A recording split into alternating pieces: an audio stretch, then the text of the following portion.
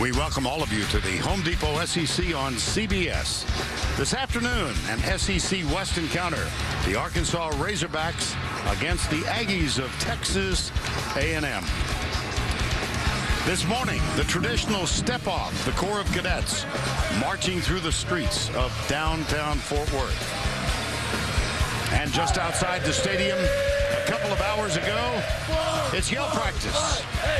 Daytime instead of midnight. And you bet, there are more than a few folks here to call the Hogs. Arkansas and A&M, these two old foes, meeting in a neutral site today. It's the Southwest Classic on CBS.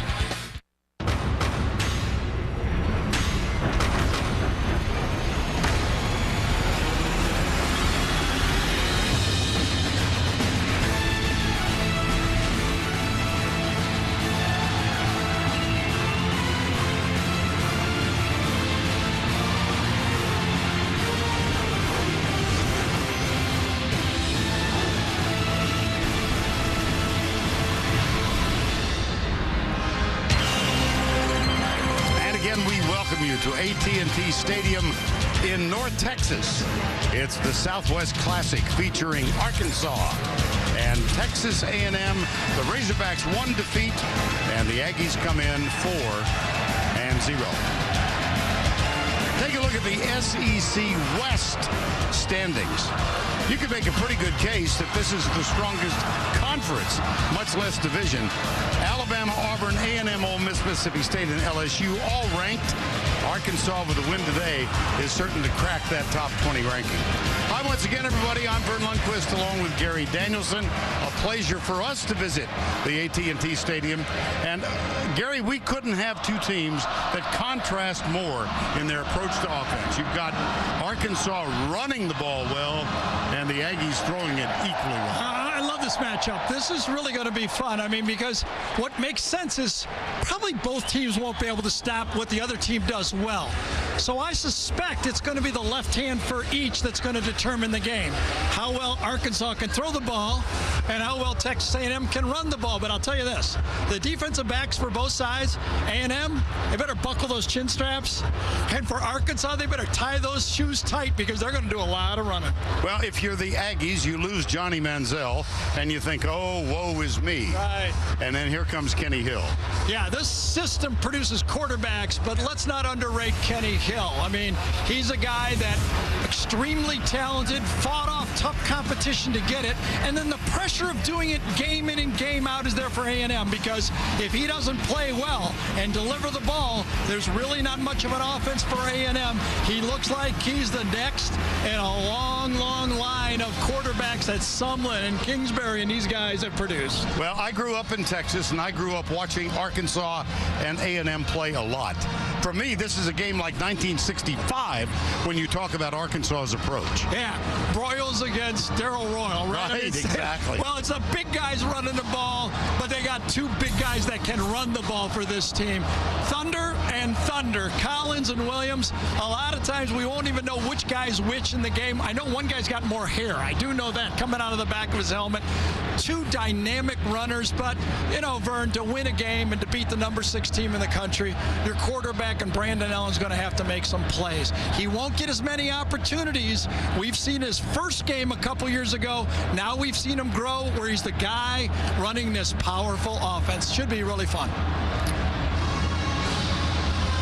Arkansas, Texas A&M. It's a battle in the SEC West.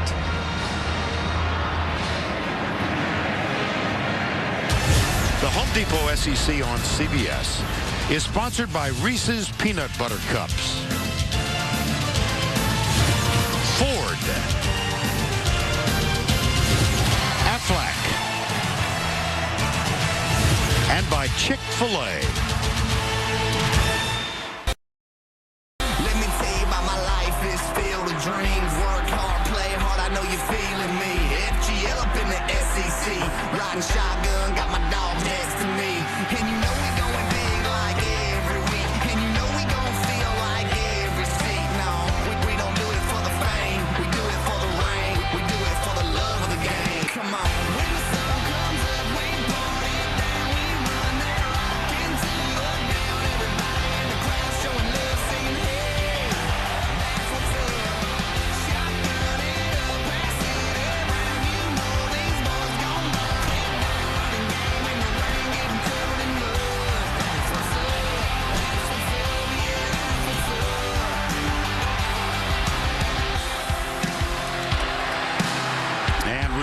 inside AT&T Stadium. Now we take you to First on the Field, presented by Microsoft Surface. Well, the dome is closed. Outside it's 82, but it doesn't rain inside. No threat of weather here. Arkansas and A&M. Arkansas left the old SWC in '92, A&M 2 years ago. Aggies have won the last 2 matchups, but the last 3 times they played in this building, Arkansas won it. Now let's go to Allie LaForce, who's standing by with Brett Bielema. Coach, this is a matchup of entirely contrasting styles of play. How do you impose your will on Texas A&M? Well, we take it one play at a time, one man at a time, really. And I think the thing our guys love more than anything is this kind of environment. They've built a lot over the last year and a half, and to get to today, it's been a reward. So much talk about Texas A&M's quarterback, Kenny Hill, but your quarterback, Brandon Allen, is having a much improved season. What do you need to see from him today? Well, BA just continues to do the things that we ask him to. Control the game, be great with the players around him. He doesn't have to take it over. I don't need Superman. Just do what he's been doing, and he'll be just fine. Thanks, Coach. Good luck. Thank you. And your reaction? You know, Vern, I think it used to be game manager was enough, but I think they're going to lead a little bit more out of Allen. It's not just enough to take care of the game. He's going to have to make some special plays, I believe. And Allie LaForce showing that athletic speed. She's standing by now with Kevin Sumlin. Coach, your offense has not missed a beat with Kenny Hill as your starting quarterback. What do you need to see from him today? Well, first of all, we'd like to move the ball. We want to protect it. Just keep playing the way they have been. He's been playing well. The other 10 guys on the field got to make it quarterback friendly, and so far this year we've been able to do that. You're facing the top rushing team in the SEC. How do you game plan against a team that's so big up front? Well, you know, I don't know that we can stop them. We're going to have to contain their run game and eliminate big plays. As soon as they get everybody up there, the play action game is dangerous. So we can contain their run game and eliminate big plays, you know, and score when we have the ball, because we're going to be limited on possessions. We'll be all right. Thanks, Coach. Good luck. All right, thank you. Both guys basically said the same thing, right, Vern? The other guy's got to help the quarterback. Exactly. Aggies won the toss. They have opted to receive to open the game. And Arkansas has Adam McFain on for the kickoff chores, wearing number 48. According to our stats, this is his first kickoff of the year. Trey Williams deep for the Aggies. Returnable from the goal line. Good block on the right side. Hauled out of bounds by the kicker. Adam McFain saved a bunch. I think Jeremy Sprinkle, number 83, had a first shot, but he's a big man and was just dodged out of the way. And I thought right away we might want to have one of these where first possession is no play touchdown. Now that's an up-tempo offense. Yes. Well, last week in the win over Northern Illinois, Corliss Williams of Arkansas opened the game with a 97-yard kickoff. Here's the handoff. Right side, it's Brandon Williams, number 1, who's popped as he nears the sideline. Garrett Grambling gives Arkansas a taste of their own medicine. The guard pulls around and chops down the cornerback. I mean, that's basically a play that Arkansas will run throughout the day. Stop was made by number 28, Rohan Gaines. It's a game to 6. Quick flip. That's kind of what you expect to see from them. We'll chart. Yeah, I think it was an illegal formation or something, though. Something wasn't right about A&M's play or alignment. Well, we'll check the flag in a moment. In the meanwhile, Kenny Hill opened the year, as I think most of you know, on the road at Williams-Brice Stadium, throwing for a school record 511 yards. Personal foul, hands to the face, number 15 defense. It'll be a 15-yard penalty. First down. That's against Andre Tolliver, number 15. Yeah, the corner to the bottom of the field. Excuse me, Vern. At the beginning of the play, it looked like they had their tackle too far off the line of scrimmage, and it was called, but the linesman just called to the face. That doesn't usually happen to the outside of the formation. Four-man rush, a screen pass right side. That's caught by Josh Reynolds, number 11. And now the Chick-fil-A offense for the Aggies. Well, boy, he might be the first pick among offensive line next year in the draft. Grambling, Matthews, Cheek, and Ifedi, also a very talented offensive tackle. They get Cameron Clear, the tight end, back today from an injury. And he's in there right now. Yep. Tight to the right. He blocks on this play. Brandon Williams. Touchdown, Texas A&M.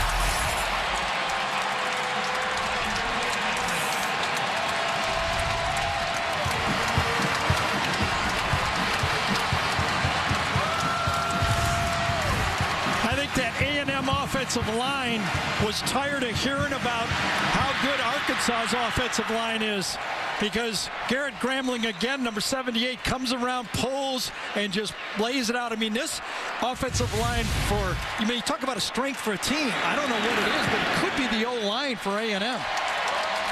Josh Lambo, one-time professional goalkeeper for the FC Dallas soccer team. Williams, 13 yards.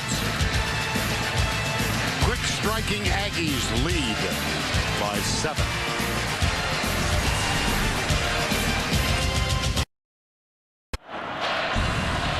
Four plays is all it took Texas A&M after a 51-yard kickoff return.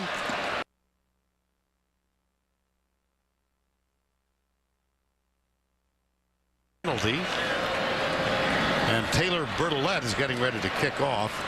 Brandon Williams, second rushing touchdown, and this is an excellent return team. You see Keon Hatcher and Corliss Marshall back, and it was Marshall. Take a look. This was last week, opening kickoff against Northern Illinois. The Razorbacks defeated an NIU team that had won 17 in a row on the road, and they thrashed them. Need a big kickoff here, and this is the man who can provide it.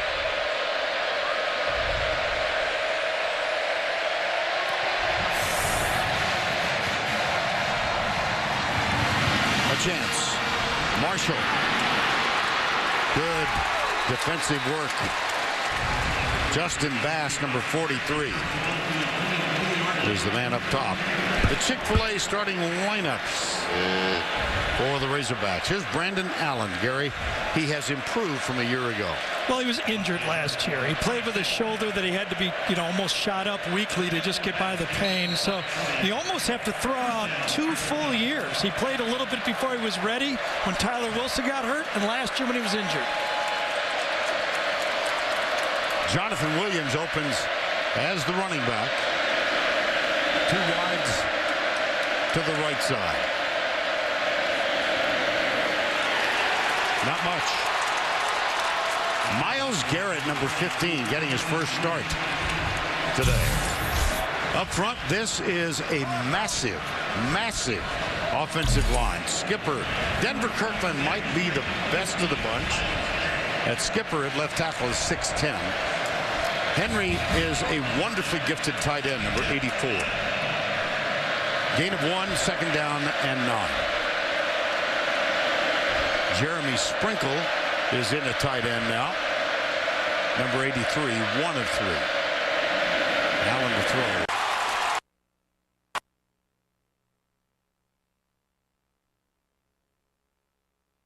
Would it be matchup of this game? Would it be the running game for A&M, and the running game starts out strong, versus the left-handed passing game for Arkansas? 2 big statements early for both teams being able to do it. That's Kendrick Edwards, a true freshman, and it's the reason why when we talk to the coaches, we say, is there anybody else that you have not listed on your depth chart who can play? It was an open phone line. I don't blame them, basically, right? I do, because I'm the one who doesn't know who they are. Edrick, first catch, run up the middle. Alex Collins said you can tell these 2 young men easily. Collins is the one with the dreadlocks. This offensive line, as Vern told you, huge. Running at the middle of that defensive line for Texas A&M. And A&M has made a little bit of a tweak to their defensive alignment. Alonzo Williams is playing nose tackle. He used to play wider. He's playing right over the nose, trying to give a little penetrating look to this Arkansas offense. That's number 83. Now they look like they might double team. They don't. But look at Collins. Spin move. First down plus. There is no way against the size of this offensive line, as you look at it for Arkansas, that front seven alone for A&M is going to stand up. When I said buckle your chin straps for the secondary to stop this running game, as you look at the size, the biggest in all of football, pro or college, if that secondary for A&M doesn't come up and help in the run game, they can't stop it. They need a Troy Polamalu. Absolutely. First down and 10. Fake the toss. Yep, there it is. Wide open and sprinkled the tight end. Number 83. You know, looking at that massive line, I'm reminded that the Arkansas Razorbacks finished undefeated in 1964. The average size of the offensive line was 220 pounds. Right. Well, these guys can sometimes just engulf you. I mean, they'll just swallow that front right there. It just takes a lot of patience to keep calling it. First down 10. Arkansas's initial possession of, whoops. Looked like Denver Kirkland, number 55, might have... False start. 55 offense. 5-yard penalty remains first down. But Gary, you went down on the field before. Yeah, look at those guys. Look at this. And you are what? I'm 6'3". Okay. 187 pounds. No, you look thinner than that. 6'10" and 6'6" right next to me. Awesome. Woo. Under 11 to go. Opening surge for, look at that, 328.4. That's a lot of hog. See how Arkansas hustles to the line of scrimmage, and this is the way they change plays. They declare for A&M and then change into a different running play. Toss, left side, Jonathan Williams. Good defense by A&M. Oh, was it ever. Yep. First one up there was Devontae Harris. Regular starter. He's missed the last 2 games with an injury. He is back today. Obioha. There's Williams, who's playing nose today. Miles Garrett, graduate of Arlington Martin High School, a 5-star recruit, 5.5 sacks. He gets his first start today. Well, he's played a lot of football for them, but he hasn't started. Number 15, he's going to line up opposite Bray Cook, a senior 4-year player for Arkansas. Alex Collins is in the wing to the left side. Allen has time. Beautiful. Nice catch by Hunter Henry. I don't know if Arkansas at this time has an elite wide receiver, but they sure do have an elite tight end. Freshman All-American last year. And when he gets in space, he is really, really tough to cover. Very athletic as well. Young man out of Little Rock, Brandon Allen, whose hometown is Fayetteville. One of the things I talked to Brett for on the field, he says he decides on 3rd down whether he's going to go for it on 4th down. So he's already made the call to his offensive coordinator. He won't need to. Jonathan Williams, touchdown, Razorbacks.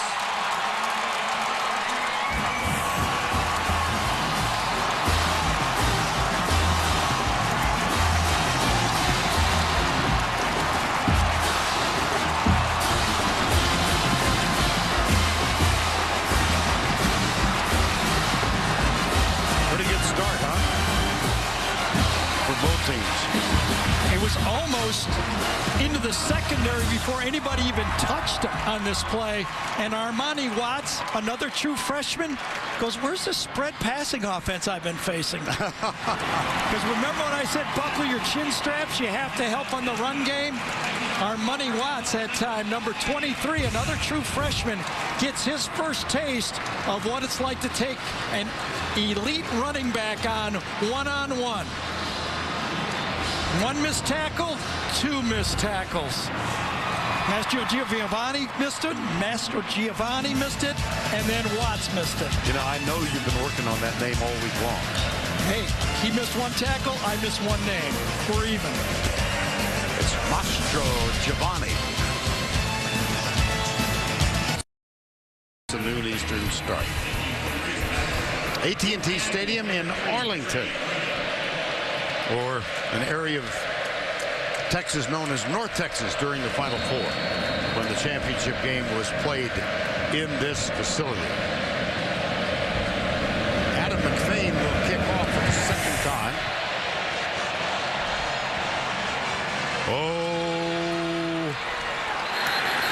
Why would you pick it up? Yeah, I didn't know if it was going to roll out or not. Take the chance. Yeah, it took a little, decided a little too conservatively on that one, cost it. So one big play, and yeah, it looked like it was bouncing back in. Okay. It looked like it was going. He said he was going to let it go out of bounds. It bounced to his right, so he said, I got to grab it.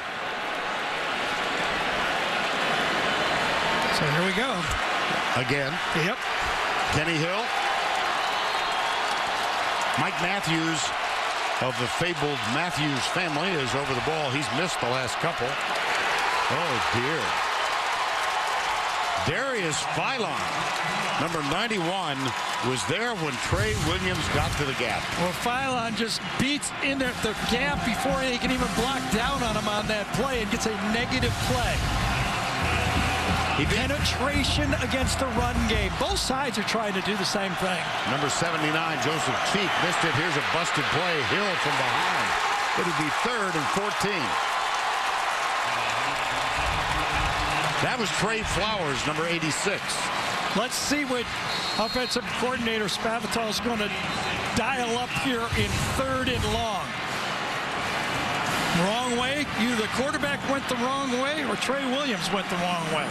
But all I'm saying is, early in games, A&M loves to get their quarterbacks a lot of easy throws. For example, 2 completions so far, both have been behind the line of scrimmage. Let's see if they gamble on 3rd and long here and throw the ball downfield. 5 wides, 3 to the right, 2 to the left.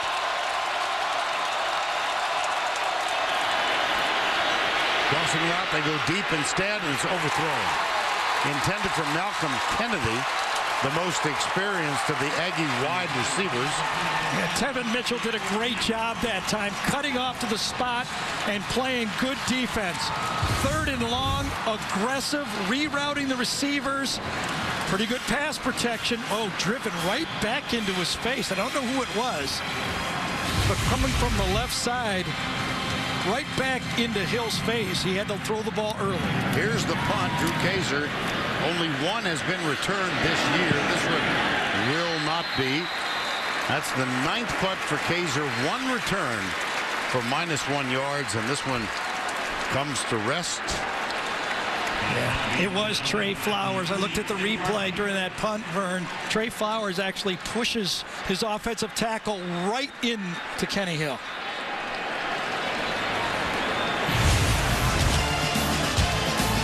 There's Trey Flowers. I'd say he won that battle.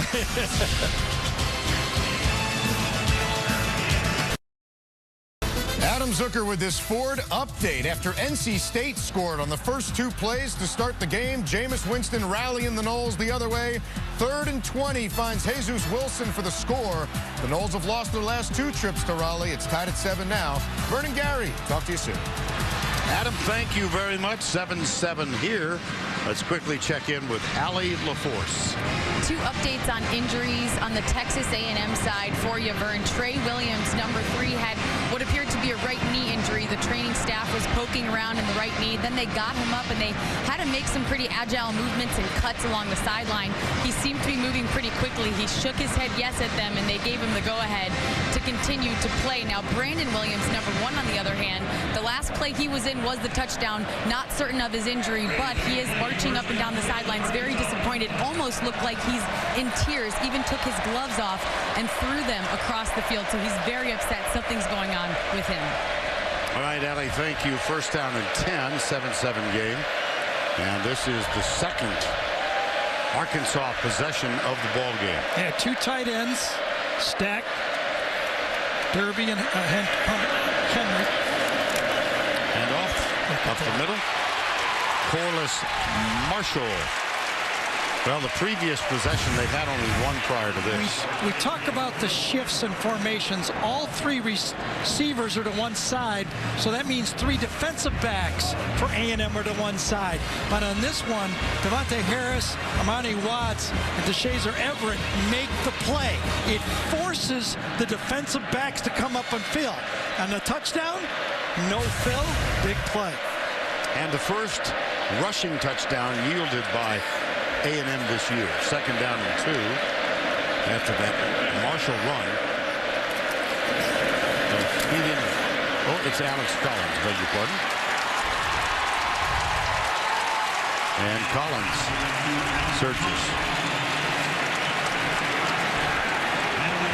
Well, Brett Bielema, 44 years old in his second year at Arkansas after 7 years at Wisconsin, during which time he led the Badgers to 3 consecutive Rose Bowls. Played as a walk-on defensive lineman for Hayden Fry at Iowa. Years are passing by. I covered his games when he played for Iowa.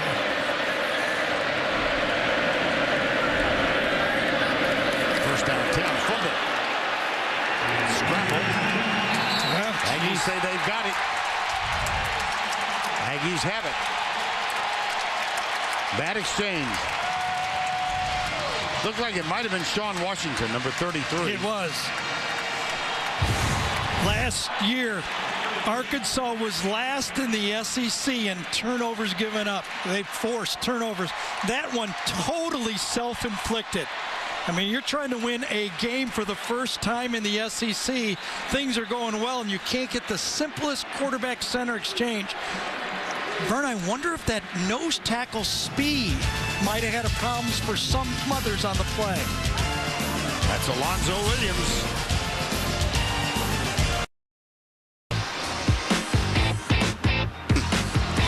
Tuesday at 10 Eastern, it's a sports conversation unlike any other, as elite women in sports provide a new voice for all trending topics. Don't miss the groundbreaking premiere of We Need to Talk, Tuesday at 10 Eastern, only on CBS Sports Network, the 24-hour home of CBS. Allie LaForce, I know you're heading back to New York to help host that, right?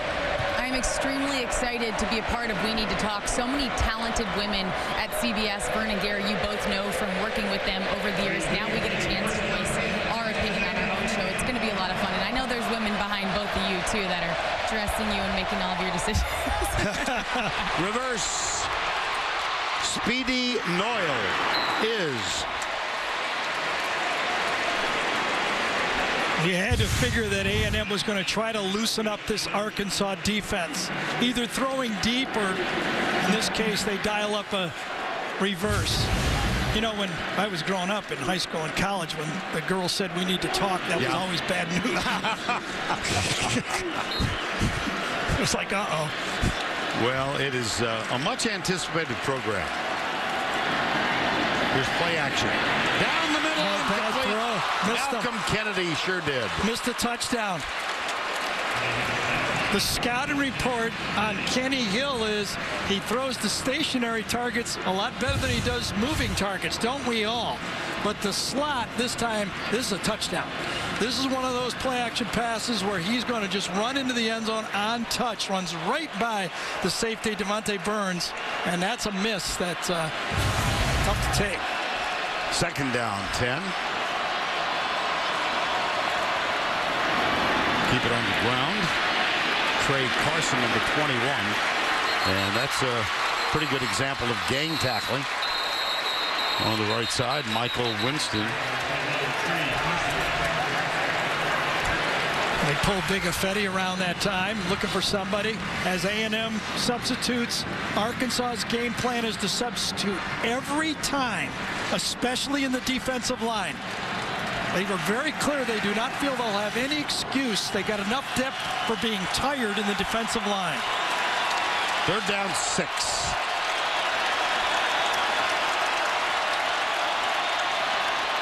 Hill rolls out, pumps. He'll keep. Good. 4th down. A little aggressive behavior on the sidelines. Kenny Hill does not run as much, obviously, as Johnny Manziel. You see his competitive instincts coming around. He thought he should have got a call there on the bench. But he did run the ball in his last 2 years in high school for 386 times. So it's not like he can't run the ball, but in this time, strung out, played well, come up, make the tackle, and he feels that too much after the whistle. Trey Flowers again was the first there. And so on 4th down, Drew Kaiser will punt for the 2nd time.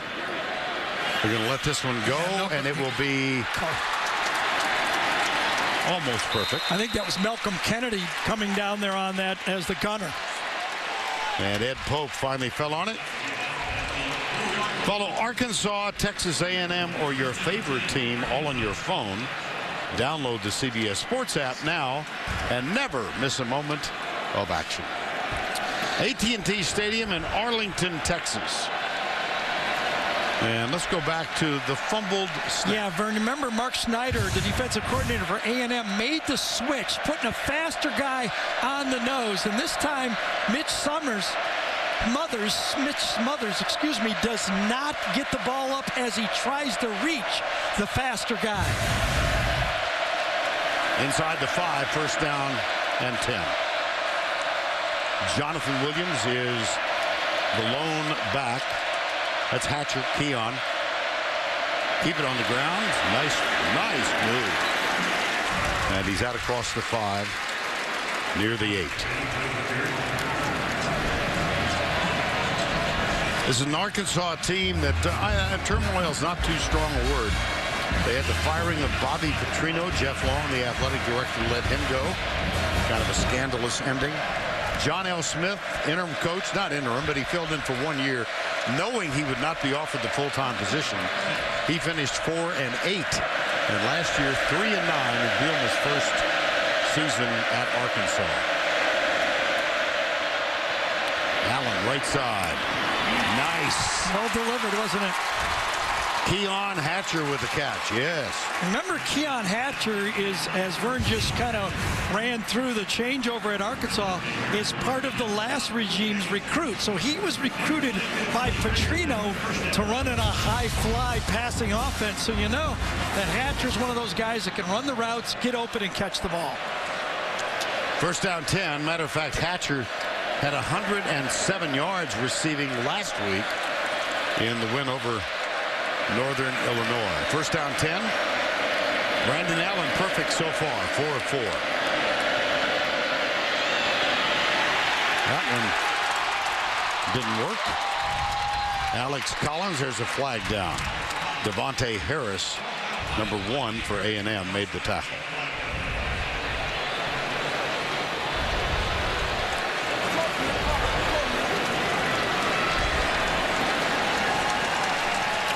Offside.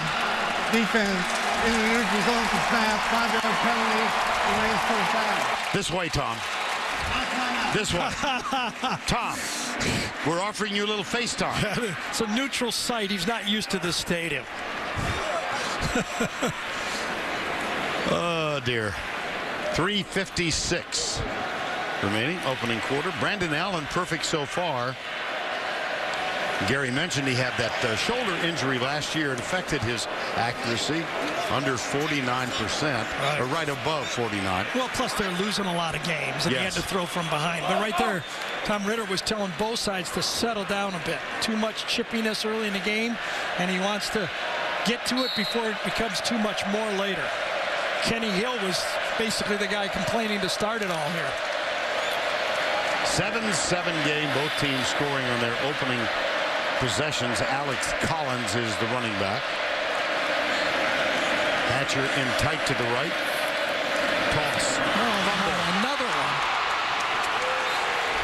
Just an absolute lack of concentration by Collins. And we've had a little bit of everything here. Both offenses are working nicely if the offense doesn't get away from themselves. They're getting right in the way, making mistakes that are really self-inflicted. 2 fumbles, 1 lost. And it's a loss at 2nd down and 9. This is usually a strong run down for Arkansas. They do not like to throw the ball on 2nd down, but Allen has been sharp so far in the game.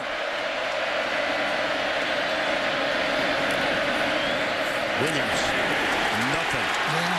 From the secondary. Sean Washington, listed as a backup linebacker. Washington reads this. They got an extra backer in the game instead of 2 of them. Now they've got 3 of them, and he reads it and actually gets there before Jared Cornelius can get him, the wide receiver. Tough assignment. Arkansas thought that A&M would go nickel. They did not. They stayed with 3 linebackers on the field. And so now 3rd and 8. Cornelius and Hatcher, wide receivers to the near side. And the defensive ends are inside. This is another changeup for A&M, trying to put their fast guys inside. Stunts defensively. And it worked. Myles Garrett with the pressure. One of the strategies on 3rd down for A&M was they felt Arkansas liked to help right here on the wide rushers and right there on the wide rushers. So they put their defensive ends inside. Myles Garrett runs a stunt, and he's right in the face of Allen. Good changeup for Texas A&M. On 4th down, Sam Irwin-Hill, punter from Australia. Nice one, fair catch. Nick Harvey makes the grab. And let's go to the studio for this Heisman Watch, presented by Nissan.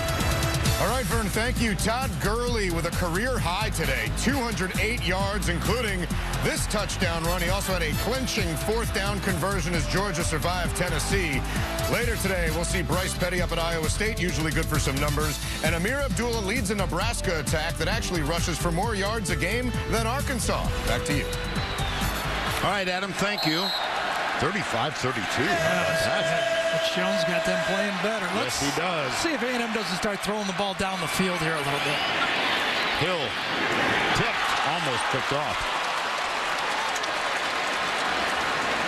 Looked like Darius Philon got it. First man defending. Well thrown, but well covered again. So far in this game, the secondary doing an outstanding job of jumping those routes. I think A&M needs to go deep again. Loosen up these guys. They're squatting on them. Looks like they have that in mind. Pretty good coverage, though, so they settle for the short receiver. That is Ricky Seals-Jones. Jared Collins with the tackle. Kenny Hill opened with 5'11". That bottom line against SMU, they were back in the what's called the Metroplex last week. That was all in the first half, 265. SMU played TCU over Gerald Ford Stadium earlier today. Oh, that one's tipped in the line. 4th down. I think it was Bijan Jackson, number 78, that got that with his hands, but Trey Flowers was coming around again to put pressure. Inside, is it Bijan? Yes, it is. Number 78 is the guy that gets the tip on the ball. And 2 of the 4 A&M drives now have resulted in 3 plays and a punt. This one goes left and is out of bounds. See where they mark it.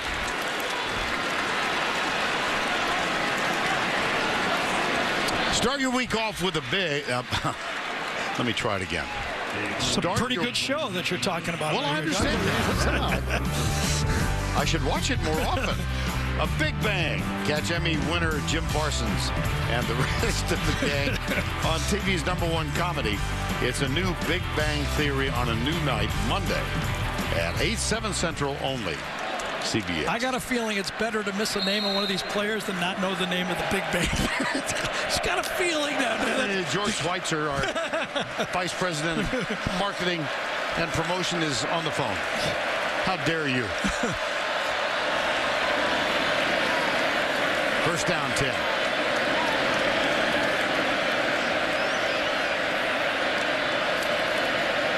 Drill play. Alex Collins.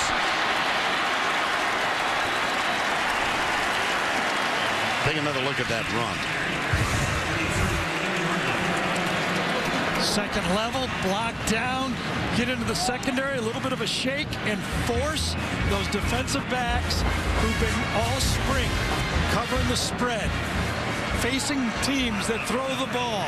Perimeter football, all of a sudden, it's old-time football. Well, and you thought, Gary, coming in, that might be the biggest test for these Really do. The guys that aren't used to coming up and filling the run, it's just as hard for Arkansas to face the spread as it is for A&M to face the run. Second down after that 8-yard run. They'll give it back to Collins. And he's going to move the chain. I know you never really are going to turn down a long rush. You know, I mean, if you got an opportunity to run 70 yards, a run. But I think the offensive coordinator, Jim Chaney, and Arkansas, Brett Bielema, would love if they do it at 3 yards, 4 yards, 4 yards, 3 yards. Control the clock and just move the chain slowly. Well, 15 seconds to go in the opening quarter. The Aggies scored after a 51-yard kickoff. 49 yards in 4 plays to go up 7-0. But then the Razorbacks came right back and got a 9-yard touchdown run. And we are at the end of the first. Notched 7-7. These are teams that are averaging 55 and 49 points, respectively. We'll be back after this message and a word from your local station.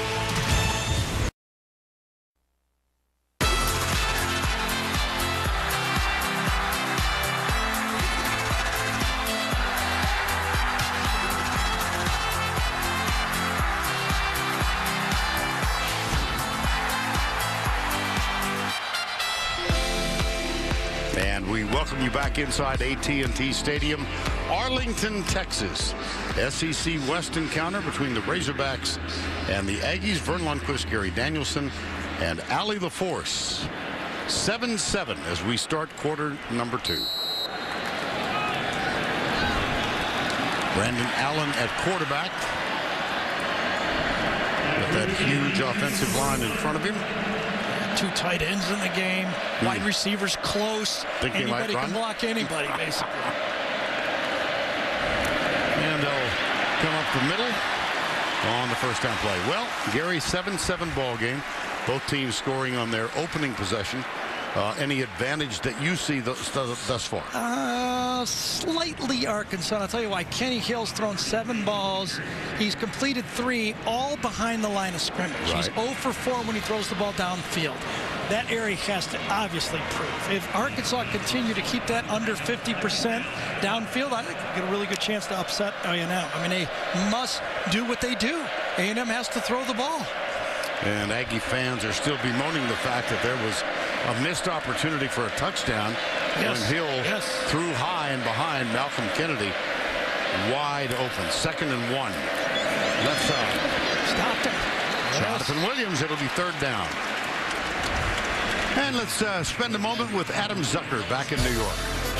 And Vern, watch the determination by former Gator Jacoby Brissett. He should have been sacked twice on this play. Now he's open, and Jonathan Alston is open, and it's 24-7 NC State in the first quarter against the defending national champs. As we go back to you. My goodness. Well, the possibilities of that upset just has to ring so strongly in the SEC. That's the upset that could produce a second team from this conference. Yep, in the Final Four. Alex Collins. Alex Collins has an angle, and he's got the speed, and that is an Arkansas touchdown run of 50 yards.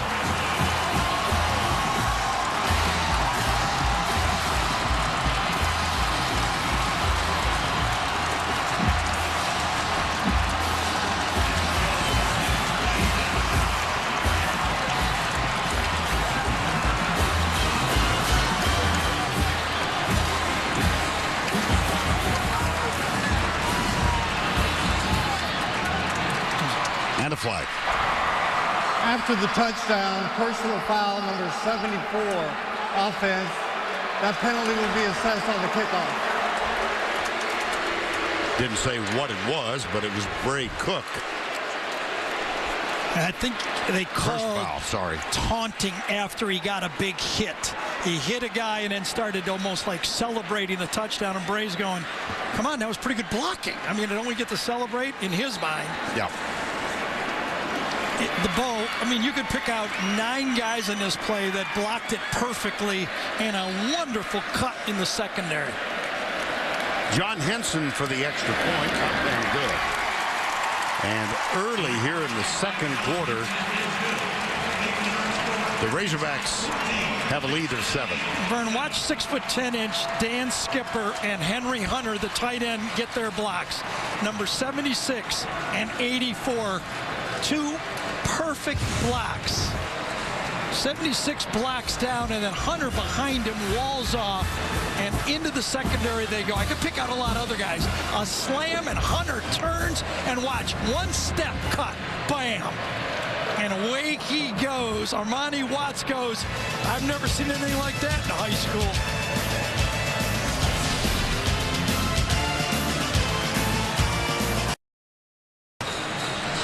14-7 Arkansas. Time to take a look at our Home Depot tools for success. Gary? There's a lot of ways to play football, but 1st and 10 at the 50-yard line, this is the way Arkansas does it. Look what Texas A&M has to do because of this. On the 50-yard line, A&M has 11 guys in a goal line defense. And if you block it, and you block it well, and everybody does up front, you make one guy miss, and this time it was inside with Alonzo Williams, number 83, that missed the arm tackle. You're into the secondary for a big play. Listen, I love all types of offenses. I love the spread, the up-tempo, but that's not the only way to play football. There's different styles, and Arkansas styles give people just as much trouble. Obviously. Couple of notes. That 50-yard run is the longest allowed by the Aggies this year. And this deficit is the first they have faced this season. Remember the penalty. Here is Speedy Noyle.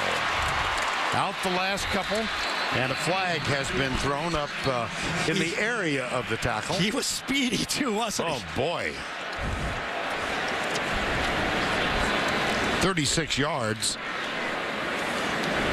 The scouting report on Speedy Noyle is that he's a Percy Harvin type body and speed guy. True freshman. That's pretty good. Yeah. Third to return, holding number 85, receiving team, 10-yard penalty, first down. It's on Cameron Clear, the tight end. So the ball marched back inside the 35-yard line. It's a constant theme. You got to be what you are, okay? And A&M can't match this running game. You have to force Arkansas into playing space now. And that means look for Malcolm Kennedy. Look for your receivers. You got matchups. Throw the ball quickly on timing. This is Trey Williams, number 3. And he gets a little bit. Rohan Gaines, number 28.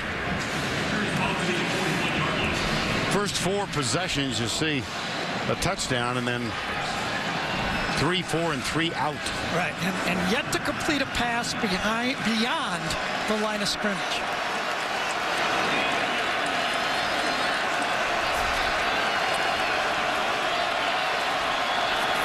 Josh Reynolds is split wide right.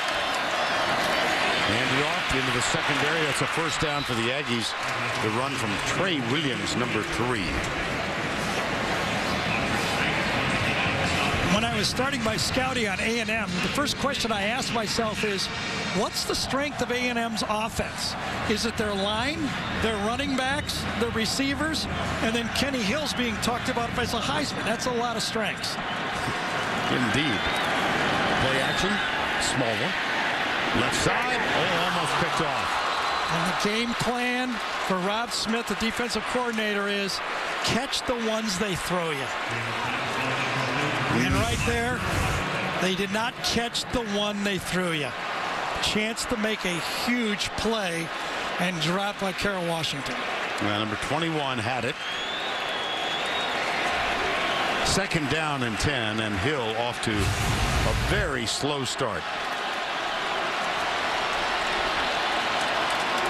4 men down for the Razorbacks. It's Cameron Clear, the tight end. Shifts to the left. Hill under pressure. Finds the open man and misses him. Trey Williams, number 3. Vern, a little small point here. DJ Dean, number 2. The effects of the targeting being called. Watch him pull off and not do the hit. That's what they're trying to do in college football and pro football. Hit a guy hard, but don't take the target shot. A&M yet to convert a third down. Oh, boy. Free play. Yes, it is. Hill, deep left side. Speedy Noyle had about a half a step, but he couldn't get there. Trey Flowers is the fellow who jumped. Carroll Washington, number 21, and is matched up with Noyle right there. Offside, number 86, defense. 5-yard penalty, replay, third down. I actually thought Washington got a little bit of it just before we went to it at the end right there. I thought his arm knocked Noyle's stride off just a bit and made that ball overthrown. Interesting decision coming up if they don't make it for Kevin Sumlin. Ball at the Razorback 49, 3rd and 5. Good coverage again, forces Hill to go right. Breaks a tackle. He had a 58-yard gain on the run. A quarterback who ran pretty effectively for the Aggies is in the house, as they say, Johnny Manziel. They're going to go fast now with this first down. You're going to see the tempo. As finally, as Vern told you, that's a little bit of how Manziel produced those first downs. First down and 10. Big hole. Trey Carson. And they'll tempo again. They will tempo and go it fast. Love the contrasting styles. This time the offensive line, a nice block by Joseph Cheek, number 79. Pushed his man right by and into the secondary. And the ball at the 15, just outside. Arkansas holding on to a 7-point lead. Timeout. Brett Bielema called a timeout there. Sensed his team in trouble and called a timeout.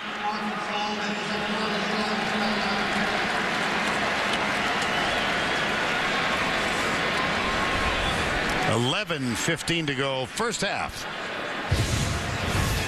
CBS Sports coverage at the Home Depot SEC will continue after this word from your local station. Aerial view of AT&T Stadium, so named a couple of years ago. Also referred by many in this area as Jerry World. Jerry Jones had the concept. And the guts to do it. Yeah. Estimated cost was 1.1 B with $1 billion. The Verizon Red Zone stats for Aggies: 21 5 trips, 21 successes. Here's Hill. Little cut play. Down inside Josh Reynolds, number 11. And that's an effective play. Gain of 13. Oh, here comes the Rhino formation for A&M. Arkansas will adjust, but I don't know if A&M with Kevin Sumlin has ever run a formation with no wide receivers in the game until now. Look at this. Rhino. Brooks Ellis, the linebacker. Play action. He's got it open.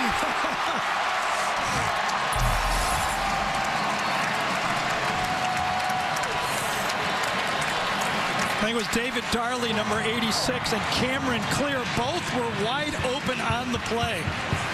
That is Ben Compton, the backup center who changed numbers today. To 86? From 68 to 86. Oh, my goodness. And now we have an idea of why. Everybody in the Ineligible game. player downfield, number 70, offense, 5-yard penalty, remains first down. Now remember, the offensive lineman has to be more than 3.5 yards downfield when the ball is released. Let's see how far he gets downfield. Oh, yeah, he's too far, isn't he? He's halfway into the end zone. He did not get the call. They probably had 2 plays called. Ben Compton gets the touchdown, but oh boy, he thought it was a run.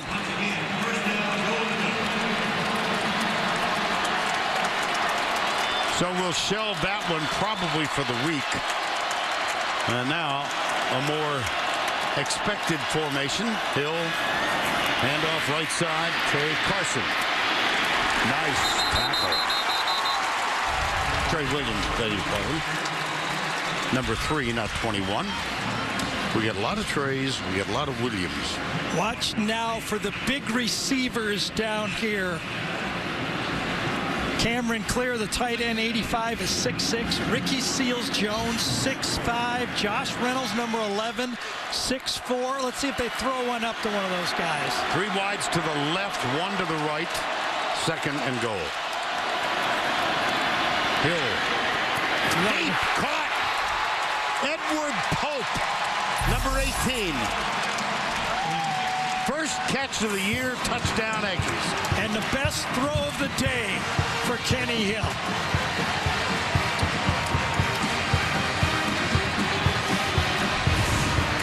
You talk about ripping a throw in there and a fingertip catch. And the hip comes down, and he's got it. Really wonderfully well executed. And Pope makes a difficult grab. Extra point for the tie. Josh Lambo.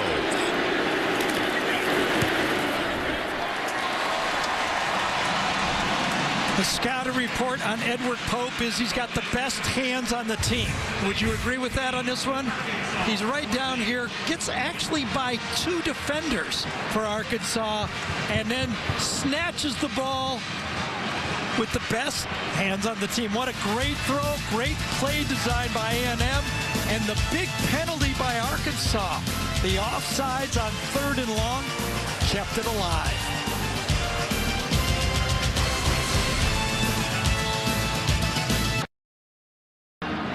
14-14 as the Aggies come back and tie it up on that beautiful catch by Edward Pope.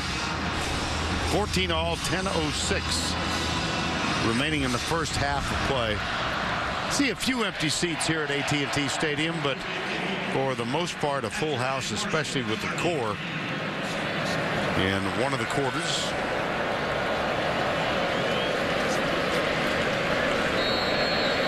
Taylor Bertolette, almost 50%, 135 of 237, slightly less than 40% of his kickoffs have gone for touchbacks. Here's Bertolette. This one will be bobbled and will go down in the books as a touchback. Well, I'm among those in the house who remembers watching these guys. The 1964 national champions, 11-0 under Frank Broyles. Number 61, a guy named Jerry Jones. Number 60, upper right, a guy out of Port Arthur named Jimmy Johnson. And we think way to the left out of the view is Frank Broyles, who was the head coach. And that sets up the Aflac trivia question. Who was the only All-American player on that 64 Arkansas national championship team? There's Jerry Jones. Guy sitting next to Jerry Jones? Was that the guy? I think so. As the All-American player? Could have been.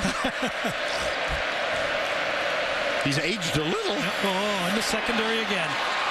Yeah. Jonathan Williams.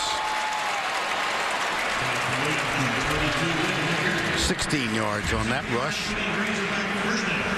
have to remember that, you know, maybe A&M might have the highest quality win of these two teams, but Arkansas playing Auburn rushed in that loss in the first half when it was 21-all for 151 yards against Auburn. So this running game is going to work almost against anybody. That was a gain of 16, a first down 10 at the 41. And again, it's Williams. They alternate the two backs and then sprinkle in a little bit of Corliss Marshall after you get a heavy dose of Williams and Alex Collins. Well, Vern, what I kind of want to say is pick out a big offensive lineman to run behind and call a play to him. It's almost like how Kenny Hill had all those tall receivers to throw to. Yeah. Well, call it plays here. You got all these big, massive guys to run behind. Pick a guy, run behind him. This time it'll be Alex Collins as the running back on 2nd down and 1.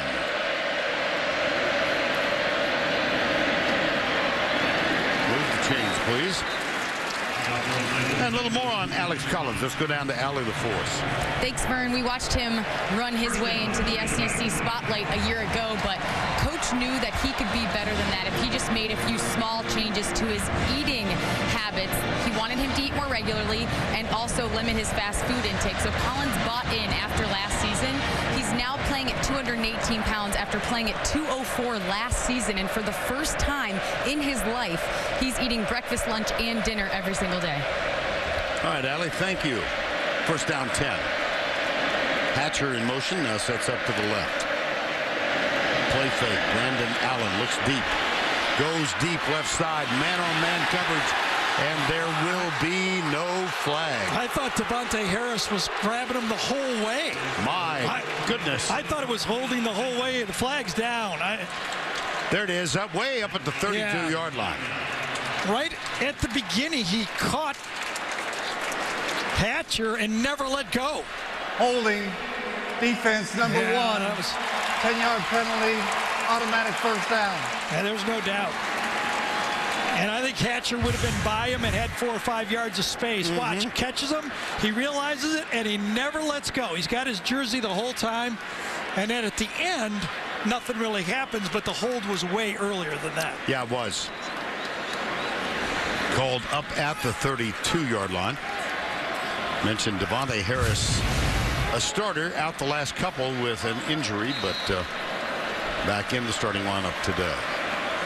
4 penalties for each team now. 8:11 to go in a tie game, 14-14 from Arlington, Texas.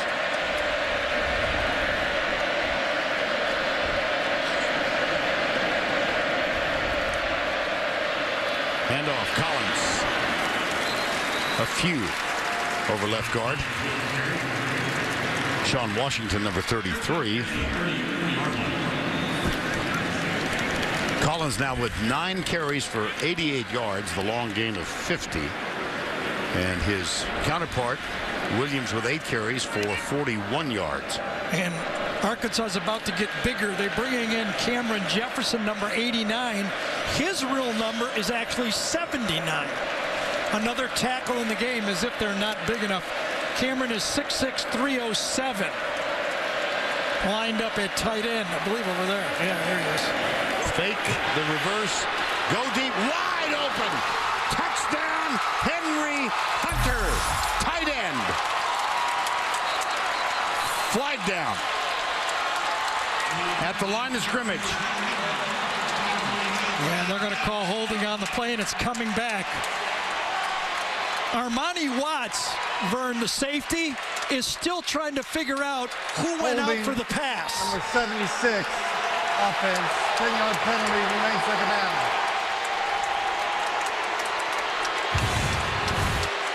The holding came right there. Let's see what happened. Dan Skipper, number 74. Oh, inside it was number 76, wasn't it? Dan Skipper, one more in, and he hooked him. That was a good call. Now watch the safety on this play. Here's a guy that just got fooled. That's called getting fooled. He's still looking in the backfield. It was Deshaun Hole, number 10, who had the penetration over Dan Skipper. And a pretty obvious call by the officials. Yep. Second down and 16. Right side, out of the backfield. Jared Cornelius. 14-14 here. Let's spend a moment with Alan Zucker back in New York. Well, Vern, the defending national champs are now back within 3 after trailing 24-7. A big punt return by Rashad Green sets up Jameis Winston to Christian Green. 24-21 right now with 10 to go in the first half. We send it back to you. All right, Adam, third down and 9 here. Cornelius and Hatcher both go wide to the left side. Aggies bring 4. Now they get a rush, and the pass is overthrown.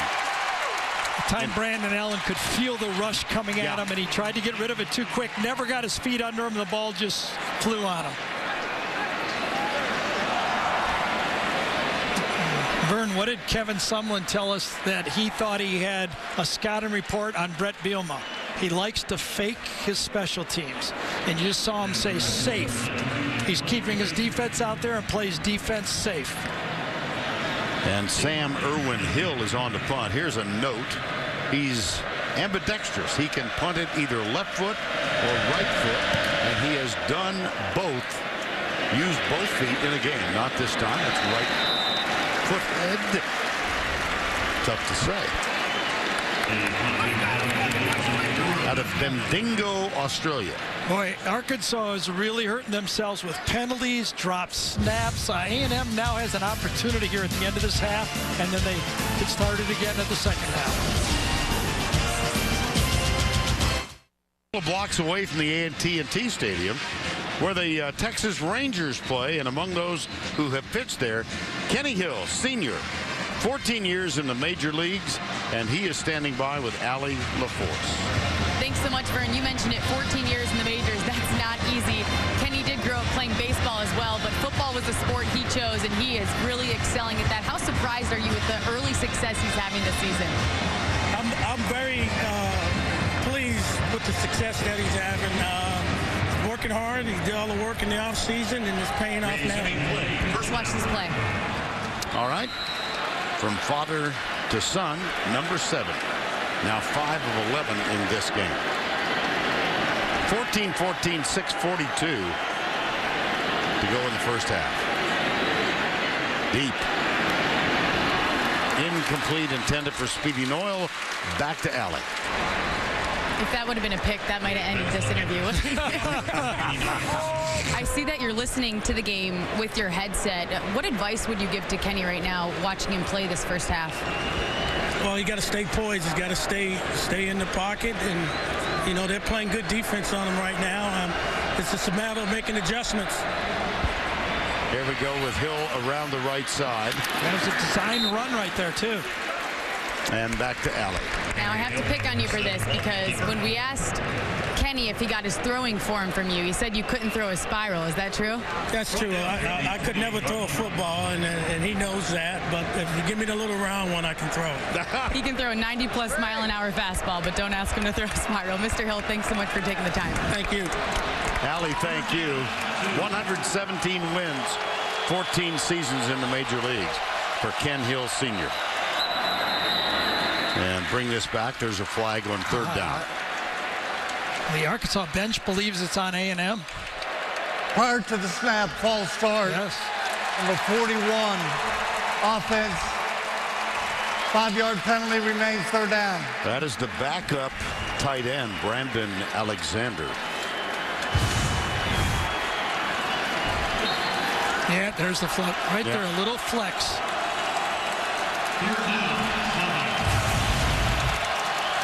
Now 3rd and 7, 14-14, under 6 to play.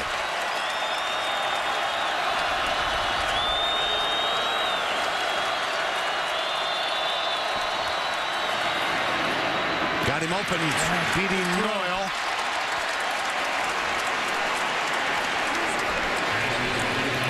This goes out just far past the chain, puts the brakes on, and the ball's thrown to the outside. Dad could not have thrown the ball to the outside corner any better than that. That's No. a perfect pitch to the outside of that corner. And Kenny Hill, 43 passing yards, total of 63. Started out a very modest 3 out of 9. Here's Trey Williams, Martell Spate. You know, one of the things that when we were talking to Kevin Sumlin about Kenny Hill was just what struck him about Kenny. Early in his career used to frustrate him. He was so calm. He just would say, I almost had to tell him, wake up in practice. But then when they went to South Carolina and played on the road, he said, oh, this guy can play no matter what's going on around him. Quick flip out into the flat, caught by Savion Holmes, number 23.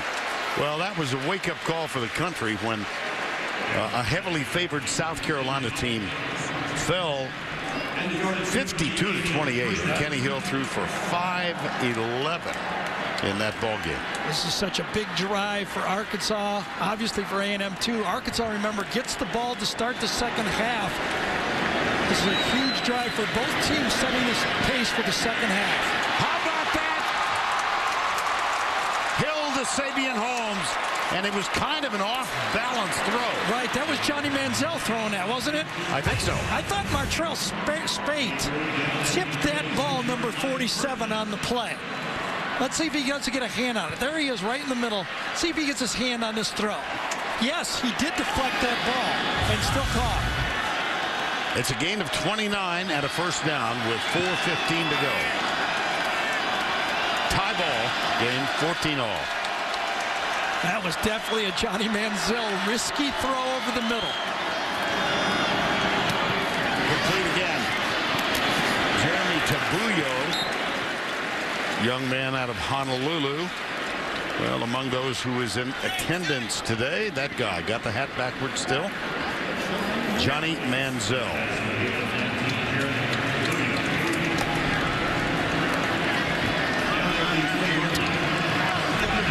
Now with the Cleveland Browns. Yep. Second down and 4. Whoops. Trey Carson reverses his... That was a great cutback by Trey Carson. I thought he was going to get handled outside and forced short of that, way short of that first down, but he cut back and made the play. It will be 3rd and 1. Watch Carson set up the blocks, go wide, no leverage, cut back inside, get all he can out of the play. Darius Philon, number 91, actually kept him away from first down territory. 3rd and 1. Oh, they moved again. They're going to get another 5-yard penalty. And they had that rhino formation going. Yeah, this Prior time. to the snap, false start, number 85, offense, 5-yard penalty, remains 3rd down. Wow. This time it was the right side. They took turns. The rhino formation has gotten 3 penalties so far in the game. Remember, boy, he was downfield on the touchdown. We had movement on the left and now movement on the right.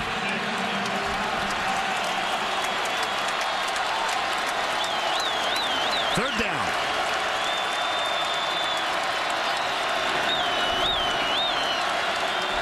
Two wides to the left, 2 to the right.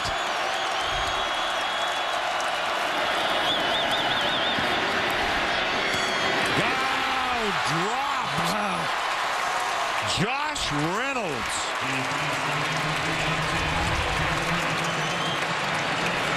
It was a great read. That's why you saw offensive coordinator Spavital say, great read. Uses his eyes to move the underneath coverage, throws a perfect throw, and Reynolds coughs it up. Ooh. That brings on Josh Lambo, who became the kicker a year ago. He's been 14 of 16 since. He's perfect this year. 6 of 6, this from 40 to break the tie, and it is wide right. Oh, my. 3 mistakes in a row by A&M, right, Vern? 3rd and inches, they jump off sides. 3rd and 5, they drop a first down, and the field goal on 4th down, they miss it wide right. And now with the clock the way it is, and Arkansas getting the ball to start the second half, it's going to be a while before that A&M's offense gets out there unless Arkansas gives them an opportunity. 10 plays, 58 yards, no points. There's the movement right side. That was on 3rd and a yard. Yep. Here's Josh Reynolds. Oh, boy. And then Lambeau's field goal, first miss of the season, and only the 3rd of his career. Now the Razorbacks tie game, 2:27 to go.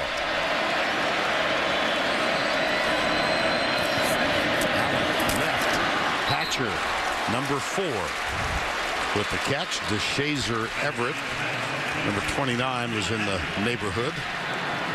That's a gain of 12. The one time in the football game, in that game against Auburn, the one play that really hurt him was when Brandon Allen threw his only interception of the year.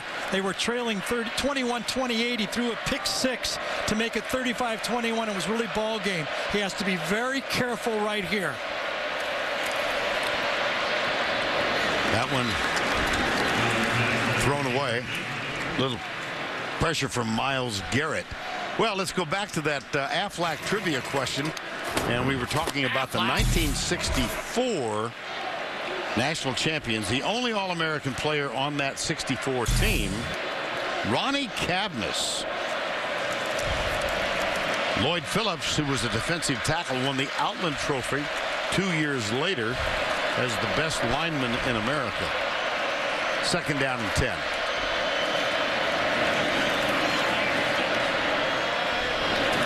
That one thrown out of bounds. I gotta say, I'm shocked with this play calling. Shocked. Are you? Well, right now, if they don't get the first down, someone's going to take another timeout and get the ball back. I thought they'd grind it out and get to the half, take what they got on the ground, and live for a second half. 3rd and 10. Cody Hollister is wide to the right. Cornelius in the slot. 2 wides to the left side. Allen pumps, lets it go. Oh, what a play. Caught! Jared Cornelius. Gain of 15 on 3rd and 10. Great protection, and I'll tell you one thing. A&M and Mark Snyder did not believe those big guys could pass block and hold up. He thought if he got him into the pocket, he could make plays against this offense on 3rd and long. Didn't happen. 1st down 10.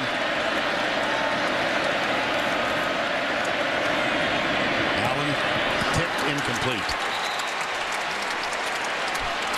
Intended for Cornelius. Yeah. Brandon Allen delivered his 2nd good ball of the day. Again, 3-man rush. Good job.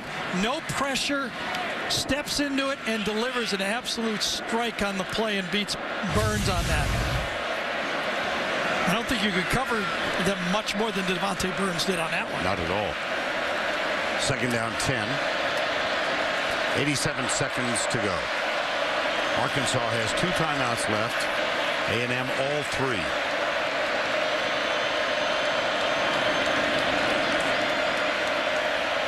Four-man rush for the Aggies. Allen steps up. Incomplete. Kendrick Edwards, who to our total surprise opened the game. Yes. Wearing number 6. As we had asked, is there anybody else? I'll get over it. Who might play? It's usually, you would think, draws and screens here. Okay. But remember, Jim Chaney told us on the phone, if he was telling the truth, he does not think they're a good screen team because his offensive linemen do not do well in space. Jim Chaney, the offensive coordinator at Arkansas. 3rd and 10. All-out blitz.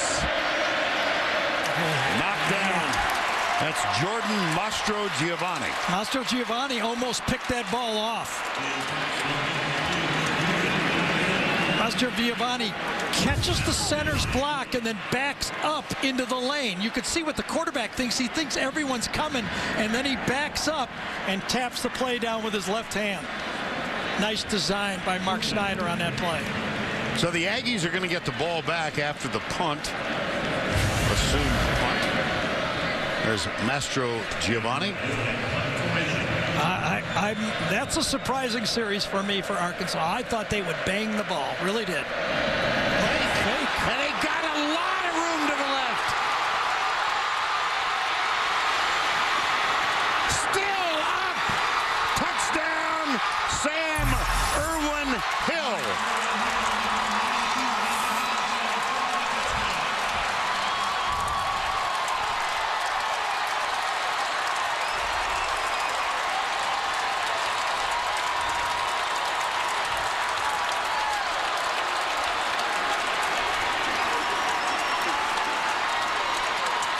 Kevin Sumlin predicted it.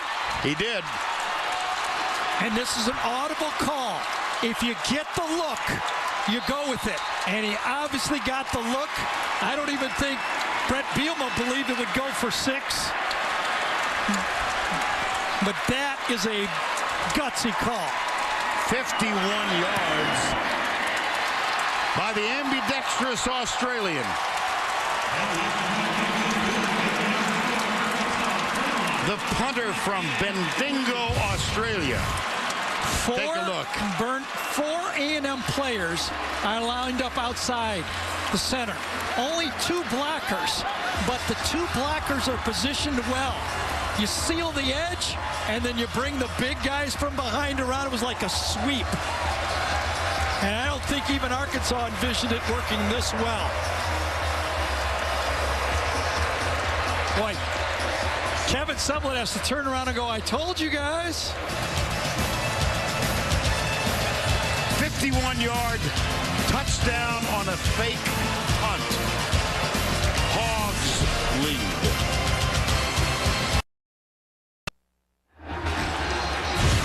We welcome you back to Arlington, Texas. And coming up, the Geico halftime report as we get deep into the 2014 college football season. 21-14 here. The Razorbacks on a 51-yard fake punt.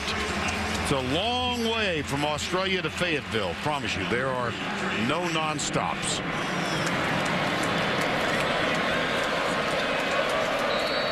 John Henson will kick off. Sam Irwin Hill.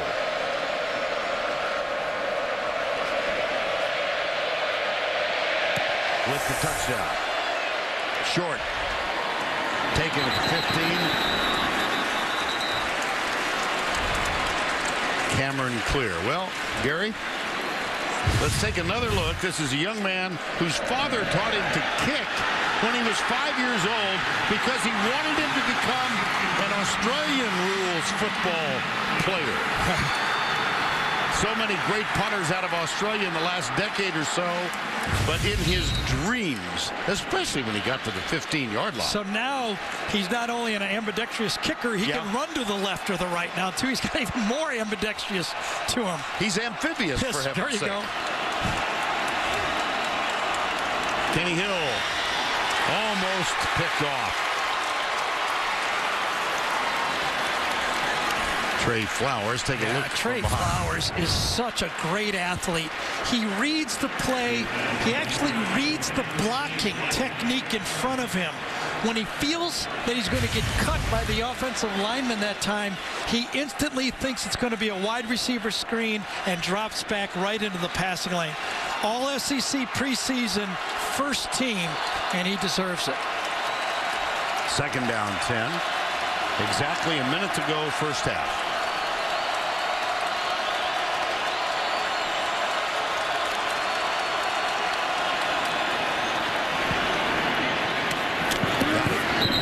Ricky Seals-Jones, number 9. That's his second catch of the ball game. And the Aggies will go quickly. 10 of 19 for 96. Remember all 3 timeouts. An explosive offense. but a freshman quarterback. What do you do? Give it off to Trey Williams.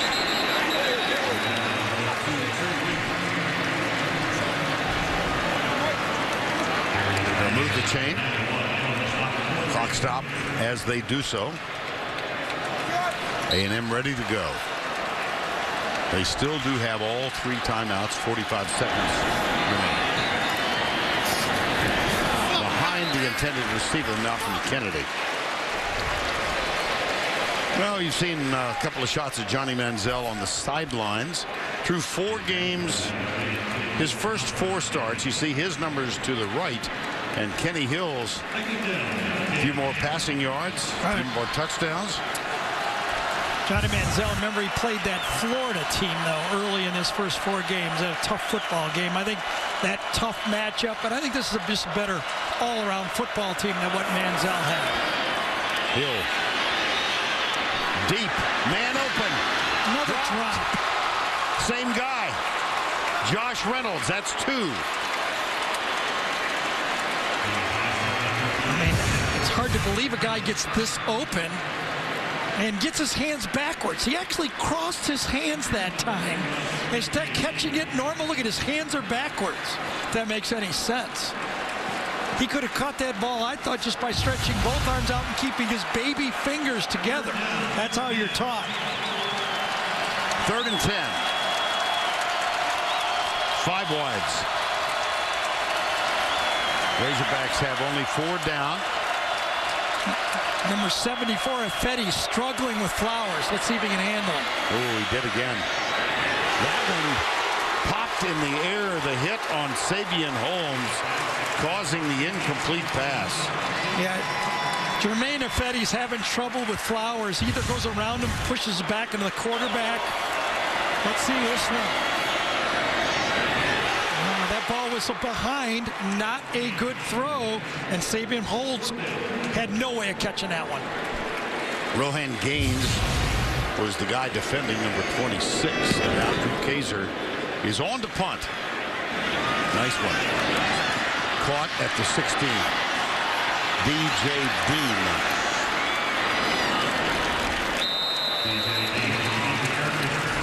Thursday, your football week starts here when the Vikings and the Packers get black and blue. Another big-time matchup in prime time. Thursday night football on the NFL Network and CBS. Eli Manning's given notice that he may play in all the games this year, huh? And do some stuff. Eli did a nice game Thursday. Oh, did he ever? Yeah. I know you watched that, right? I did. As a matter of fact, start to finish. I was teeing you up there. I know you. You do it to me all the time. I was going, okay. Well, I wanted to see the pregame show. Oh, okay. And then I wanted to see the postgame show. Go. So I stayed with it, and I missed Derek Jeter. How's my life?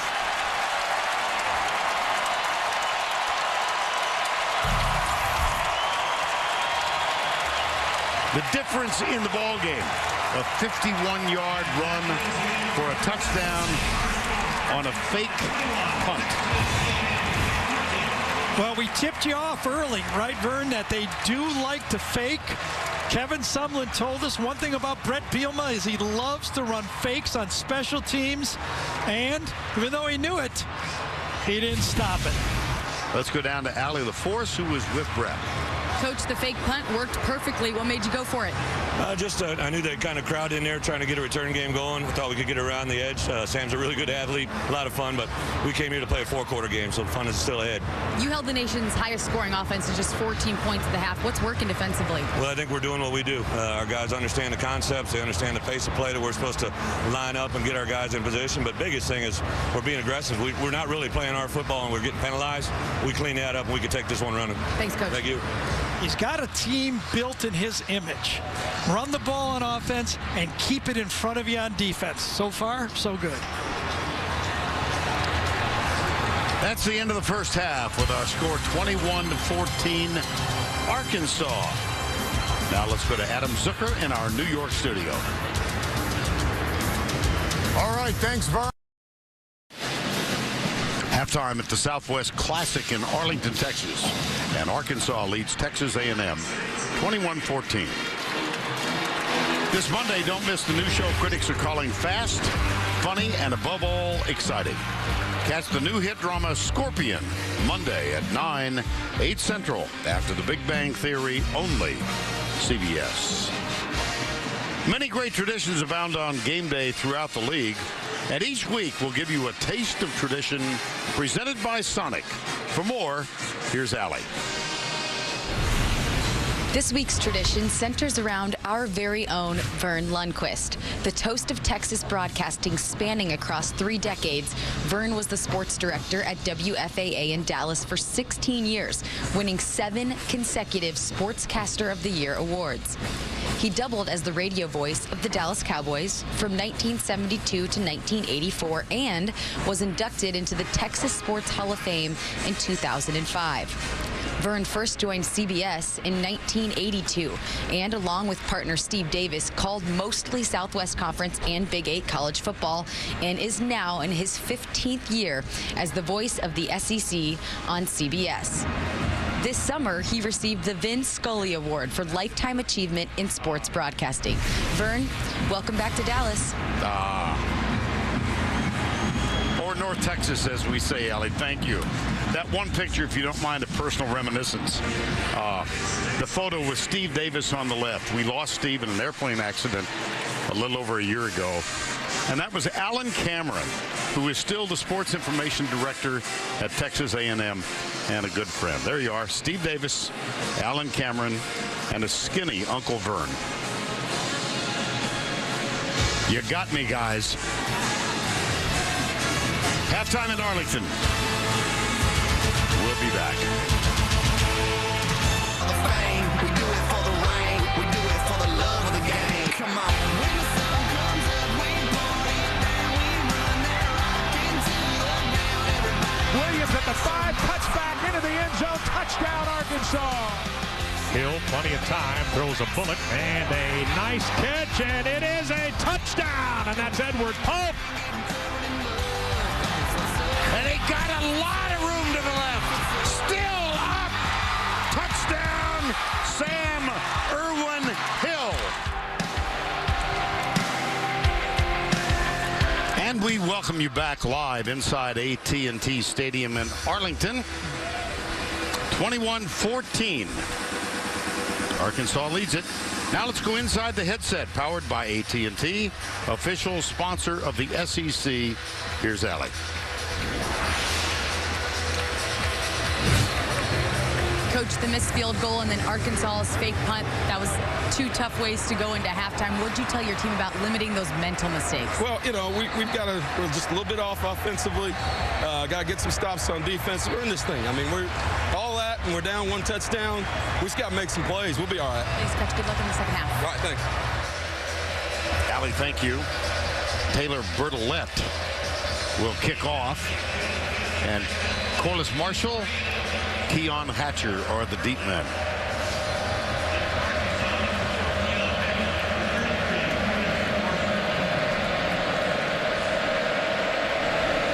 Bertolette. Marshall will take a knee.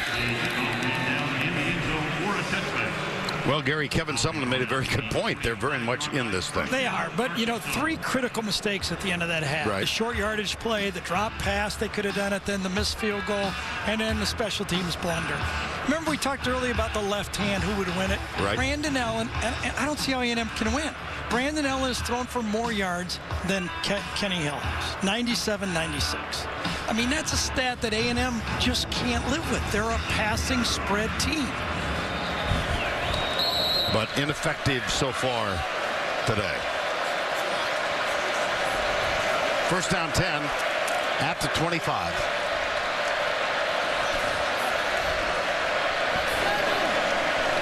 Jonathan Williams, the running back, number 32.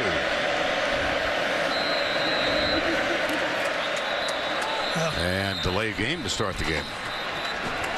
Now Brandon Allen is pleading his case with Tom Ritter. I think he won. I do too. There is no foul for delay of game. Because? I have a really funny line, but I'm not going to use it. I was going to say in the SEC, the play clock is just...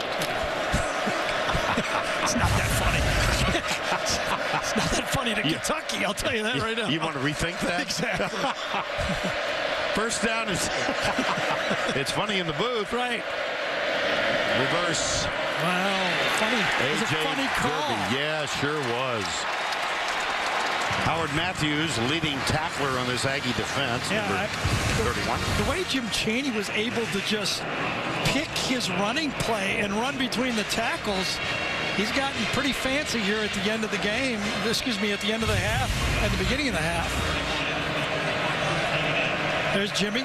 We go a long way back. He coached Drew Brees at Purdue. You're both Purdue grads, right? No, he was a coach there. Yes. That's right. I knew there was a Boilermaker in his blood. Looks like more than that.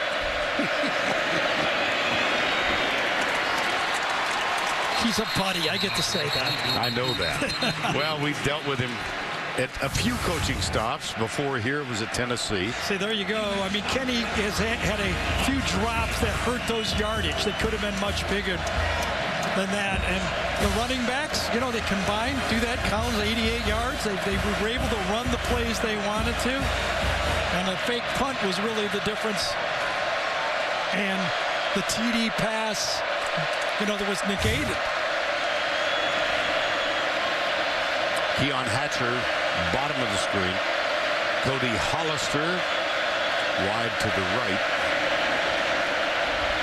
Allen, a lot of time, and he overthrows his little push in the back from Devontae Harris, and Allen said something about that looked illegal.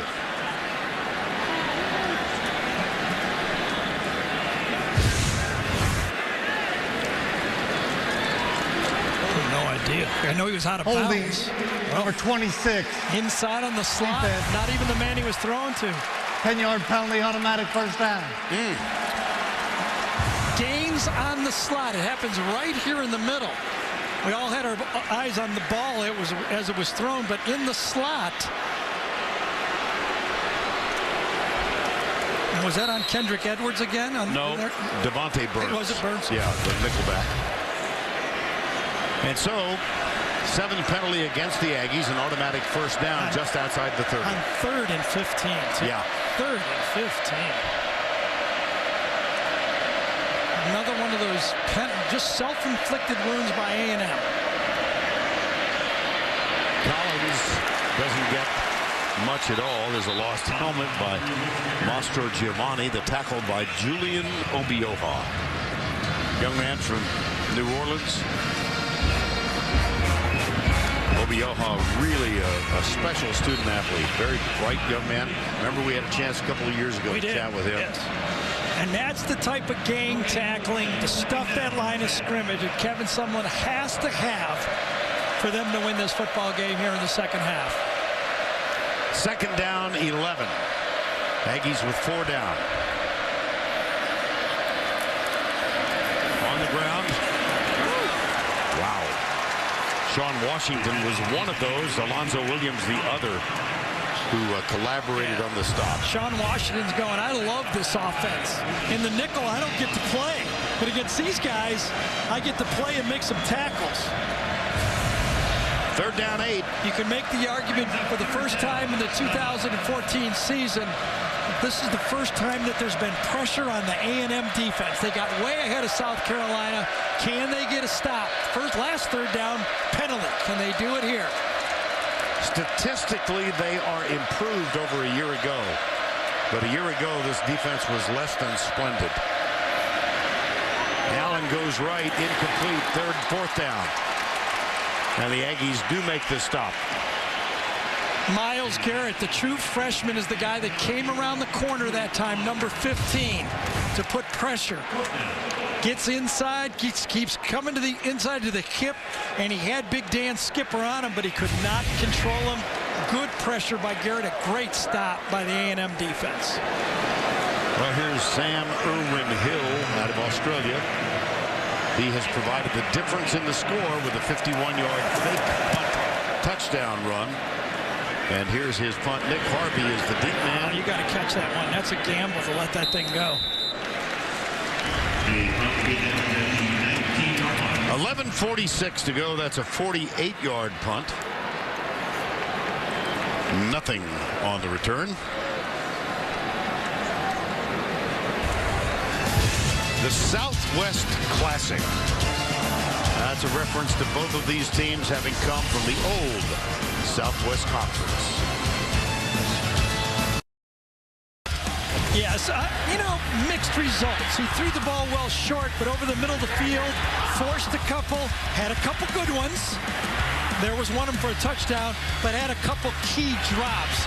And those drops really kind of took this A&M offense and made it not what they're used to. Look at the way the ball has been distributed. Behind the line of scrimmage, 4 out of 5. 0 to 10, and most of those were under 5 yards.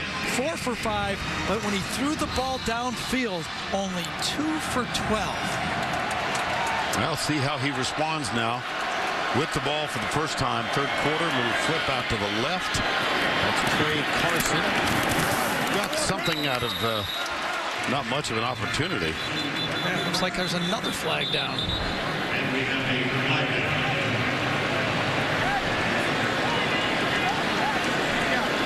Well, Brooks Ellis seems to feel it will go against the Aggies.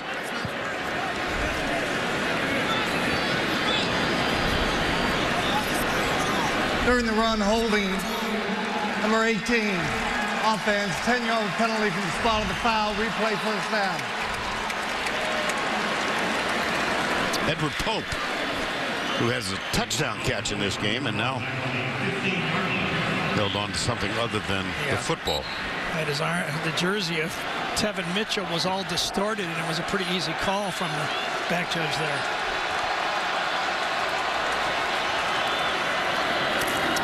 Up the middle, Carson. Darius Phylon, number 91, with the tackle. Talking to Kevin Sublin and Coach Spavital, the offensive coordinator, I said, a lot of pressure. Kenny Hill has to do it every week. And he goes, yeah, but we've already completed 35 passes behind the scrimmage. Remember, that's a run game for us. Deep, and he's got a man open, and it's caught. Edward Pope. Oh, for the lack of balance. It would have been 6. It's 50 yards as it stands. False step by the safety right there. Watch him take one false step, and it costs the play. He thinks it's a square in. Watch him step, and then he steps, and he's gone. Once you take a step in, you cannot turn around fast enough. And this one is overthrown behind the line of scrimmage. It was intended for Malcolm Kennedy.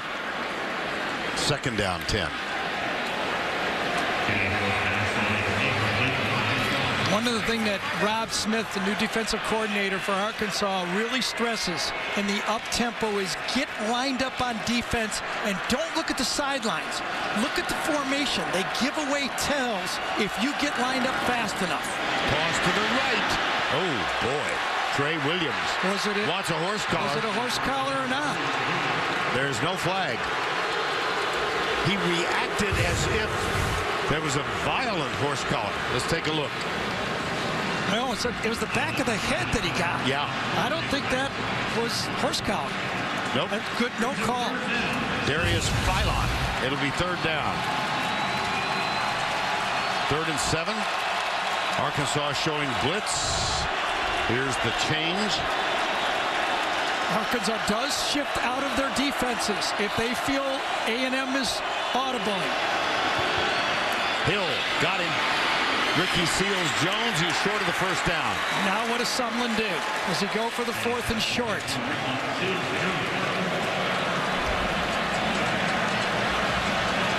They've gone for it on 4th down 3 times this year.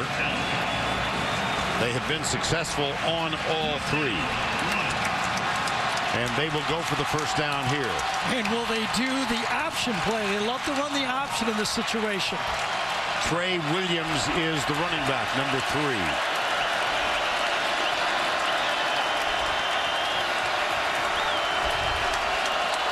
Williams checks with Kenny Hill to make sure he's got the call. Left side, tipped and incomplete. Alan Turner, number 27. And the ball goes over on downs.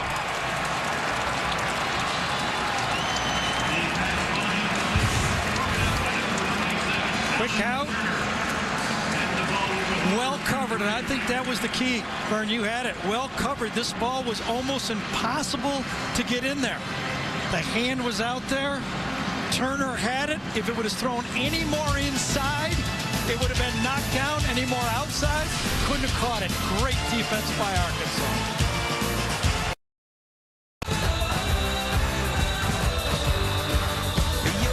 Back inside and outside AT&T Stadium, this splendid facility just off Interstate 30, home of the Dallas Cowboys, and a number of outstanding college games played here. Well, 21-14 over on downs. And again, as Allie talked to Kevin Sumlin coming out for the second half, just off a little bit from big plays. And that's what happened on the long pass. We'll show you. Here's the toss. Alex Collins, who's got the longest run. Let's go back to that pass to Edward Pope. As Allie was saying, Kevin said to Allie, excuse me, watch Pope as he gets back there and watch the potential for the big play that, again, was just off by a couple yards. When he passes the defender right there, okay, this should be touchdown. Now, you catch this ball and keep running. There's no one else on the field. That's touchdown, but just off a bit, and they get 0. No points. Not the first time they've gotten nothing out of a drive. Second down and 5. Collins looks for the opening, finds it, surges, first down.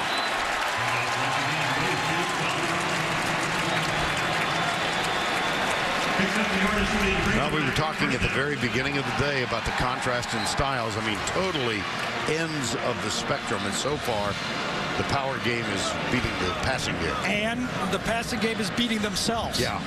A&M has opportunities. They're not connecting on the opportunities. Arkansas has now rushed for 204 yards in the ballgame. First down 10. Pre-snap whistle. Tried the reverse. Prior to the snap, false start on the left guard. 5-yard penalty. Remains first down. That is Sebastian Tretola. He's had a interesting path to the starting spot for Arkansas. Played at Nevada for a couple of years. He lacked the academics to continue there, so he enrolled in Iowa Western Community College. Got his degree hours up and transferred in. Now a starter for the Razorbacks. Checked in here weighing 370 pounds. Lost a couple. Play action. Allen. Got him open. Great adjustment by Keon Hatcher that time. It was supposed to be a hook over the middle. It wasn't there, so he slid to the inside. Exactly what you're supposed to do. Not there. Watch, he's there. Just keep sliding into the open space. Injured player is DeShazer Everett, number 29. And that's where the injury occurred.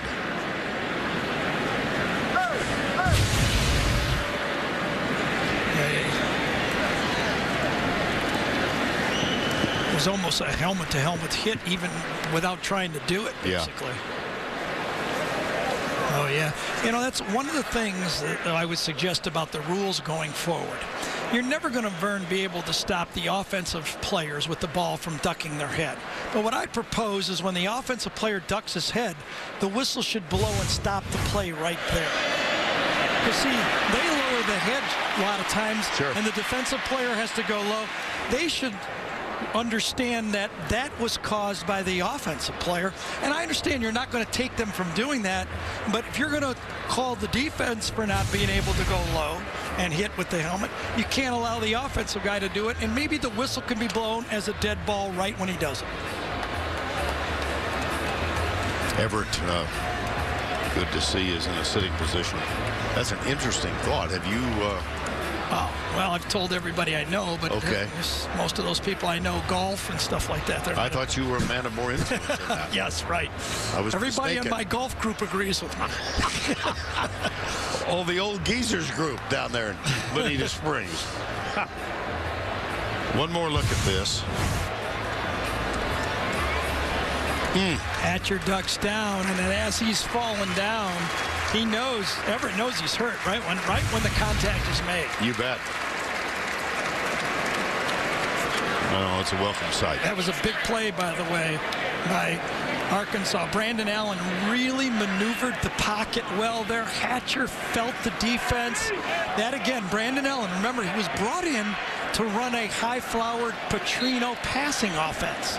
And he's now moving into understanding how difficult it is to only throw the ball 20, 24 times a game rather than 50 times a game. Nick Harvey has replaced Everett DeShazer at the cornerback spot.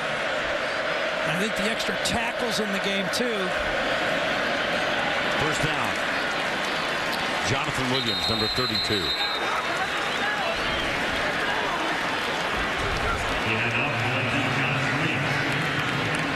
Well, it's not Darren McFadden and Felix Jones yet, but these two young men are pretty good, aren't they? Well, they are. I mean, Alex Collins and Jonathan Williams, I mean, it'd be pretty hard to top those two guys. I broke in the league with you in 2006 and 7 when they were putting those stats up. But in their own way, they are rolling up the yards.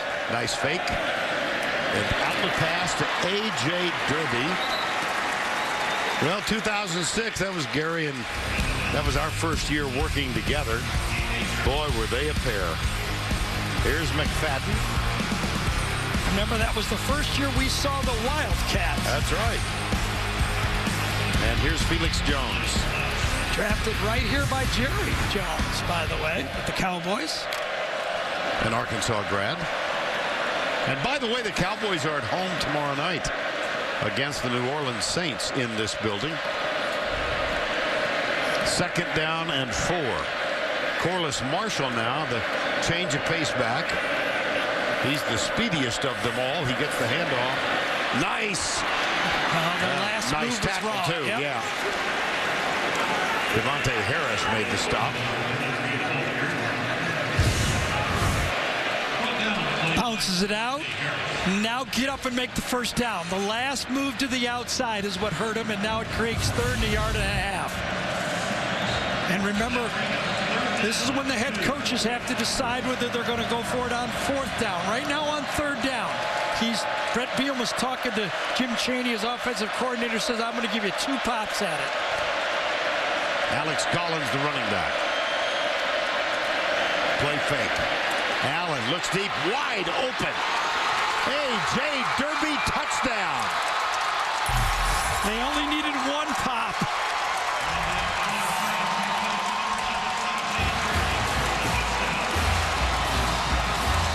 A year ago, A.J. Derby was the backup quarterback. He was a transfer. He spent a couple of years at Iowa. He was a non-scholarship transfer. He's gone from backup quarterback to a 2 tight end operation. He's been put on scholarship, by the way. Brandon Allen. A.J. Derby, whose hometown is Iowa City. Let's go back to the theme. Brett Bielema told Chaney, Vern, that I'm going in on fourth down. So do what you want on third down because I'm going to let you go for it on fourth down. A.J. Derby's dad, by the way, was a linebacker at Iowa and played behind Brett Bielema as he plays nose tackle. Well, he hides the ball here, and he pays back his old buddy John Derby with a touchdown for A.J. He beat Devontae Harris. Whoa, did he beat him. A.J. Derby. Brandon Allen. Arkansas by 14. 28-14, 5:02 to go third quarter. That was the third touchdown this afternoon on third down for the Razorbacks. The other was on fourth down. That, of course, the fake punt. Adam McFain will kick off. It's Trey Williams awaiting it, along with Speedy Noyle. So you've got number 3 and number 2 back here. And this will be number 3 at the 1.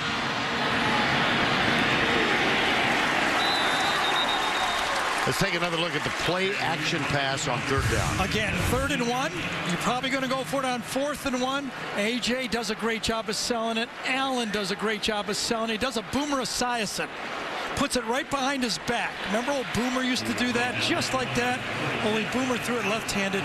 But that's a perfect throw. And the missed opportunity by A&M when they had Pope wide open, right, compared to this one, you convert it. When you have your opportunities, it's 3 for 3 on play action passes. Kenny Hill.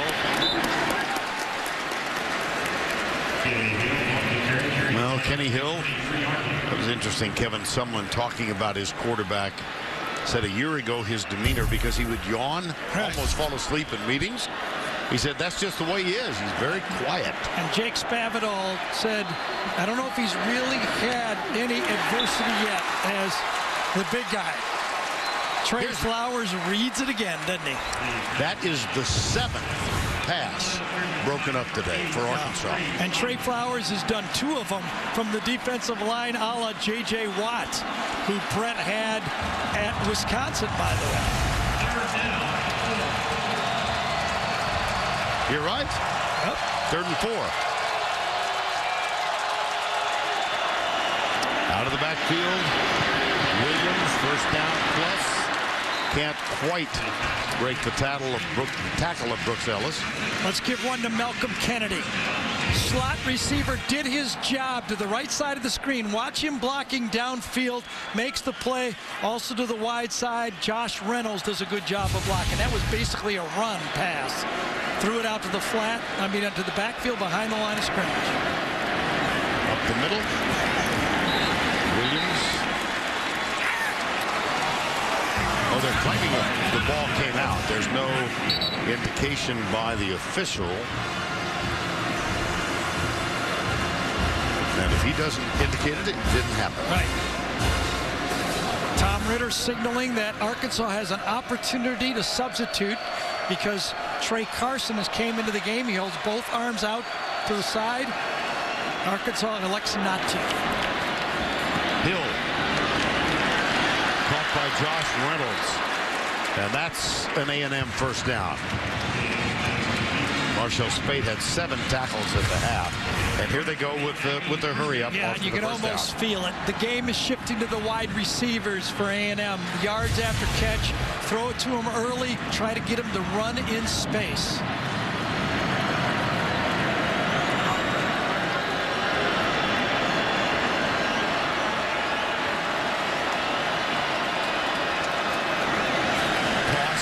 Left side. Trey Carson, no.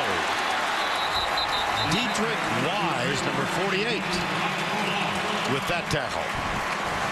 Well, I'll tell you, between Wise and Flowers, 48 and 86, they're bookending this offense.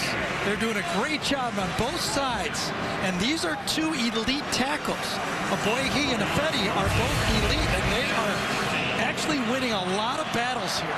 2nd down and 14 after the loss. There's the reverse. Malcolm Kennedy chased. Not much room.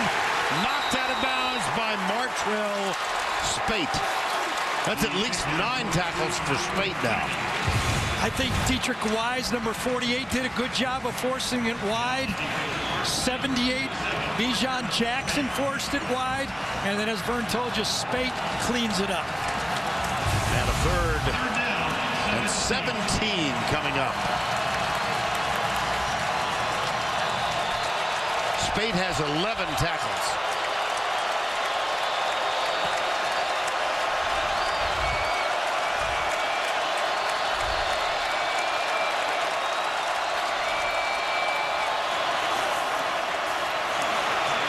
Fake down the middle, incomplete. Intended for Kennedy. Aggies wanted the flag. There is none thrown. I'll tell you, Alan Turner, that time number 27 for Arkansas, the safety, pattern read this. He jumped on it, read the quarterback's eyes or something, but he actually beat the receiver to the spot. Watch down here. Something's going to pop in, I believe, right at the end of this pass. Yes, actually beats Malcolm Kennedy to the spot. Andrew Kaiser's punt. DJ Dean waves everybody away from it. It goes out of bounds at the 19. 38-yard punt, nothing on the return. Arkansas leads by 14.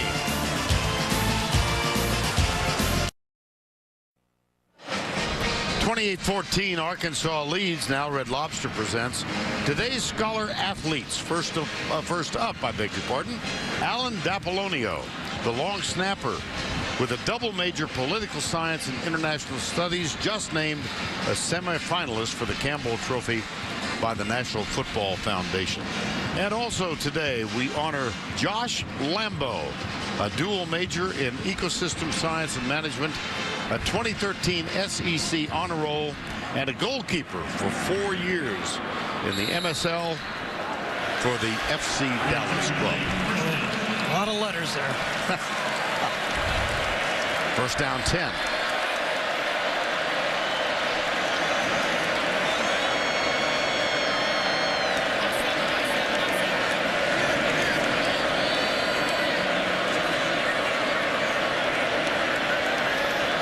Play clock at 1. They do get it snapped. Collins. That was Alonzo Williams. Well, let's check in once again with Allie LaForce. Allie? Hey guys, just a quick injury update on Shazer Everett. He's back on the field right now, but he's still in a lot of pain. Just moments ago, he was sitting on the bench going through shoulder exercises as the trainer was working him through some drills, and the face he was making every time the trainer touched his shoulder gave me the indication that he was still in a lot of pain. They gave him some medicine, though, and he's going to try to shake it off and play this next series. All right, Allie, thank you. It's 28-14. We near the end of quarter number 3. Collins now over 100 yards, 14 runs, 105. Play action. That one took off. The catch is made. Henry Hunter. Now let's go back to the studio for this Ford update. All right, thanks, Vern. NC State expanding its lead to 10 on the #1 team in the country. Chadrick Thornton going in for his second touchdown of the game, carving through the Noles defense, who has allowed twice as many points per game this year. NC State up 38-28 in the third, Vern. Adam? Well, there's got to be a big from this A&M defense. Ooh. They badly need a stop right here. What will Mark Snyder do? Will he blitz? Doesn't look like it. Not on this play. They do stunt in the middle. Allen. Oh, dear. Hunter Henry. It's the one guy, Mark Snyder, in our phone call. I said, what do you think of their receivers? He said, they're good. They're good SEC receivers. He said, any of them elite? The tight end, number 84. We're going to have a tough matchup with him. He's big, strong, he maneuvers, and he's tough to guard one-on-one. What a nice target for a quarterback to throw the ball to. And that was a gain of 17, and it brings to a close quarter number 3. It was 21-14 at the half. The difference then was a 51-yard punt return on a fake. Arkansas gets the only points of quarter number 3. We'll return after this message. We welcome you back. Arkansas leading 28-14. That deficit has not diminished the Aggie spirit. Well, what's at stake here for Arkansas? They've lost 10 against top 25 opponents. They've not won in the SEC since 2012. They had only 3 wins in all of last season. They're looking for their 4th, and they lead 28-14 as we begin the final quarter. Jonathan Williams spins, still up, down at the 1. He's coming back, I think. Flag at the 45. Could negate a 57-yard run. Remember, already one touchdown for Arkansas has been negated on the short yardage play. What was the call this time? A beautifully designed foul, play. tripping, number 76, offense. 15-yard penalty, replay first down.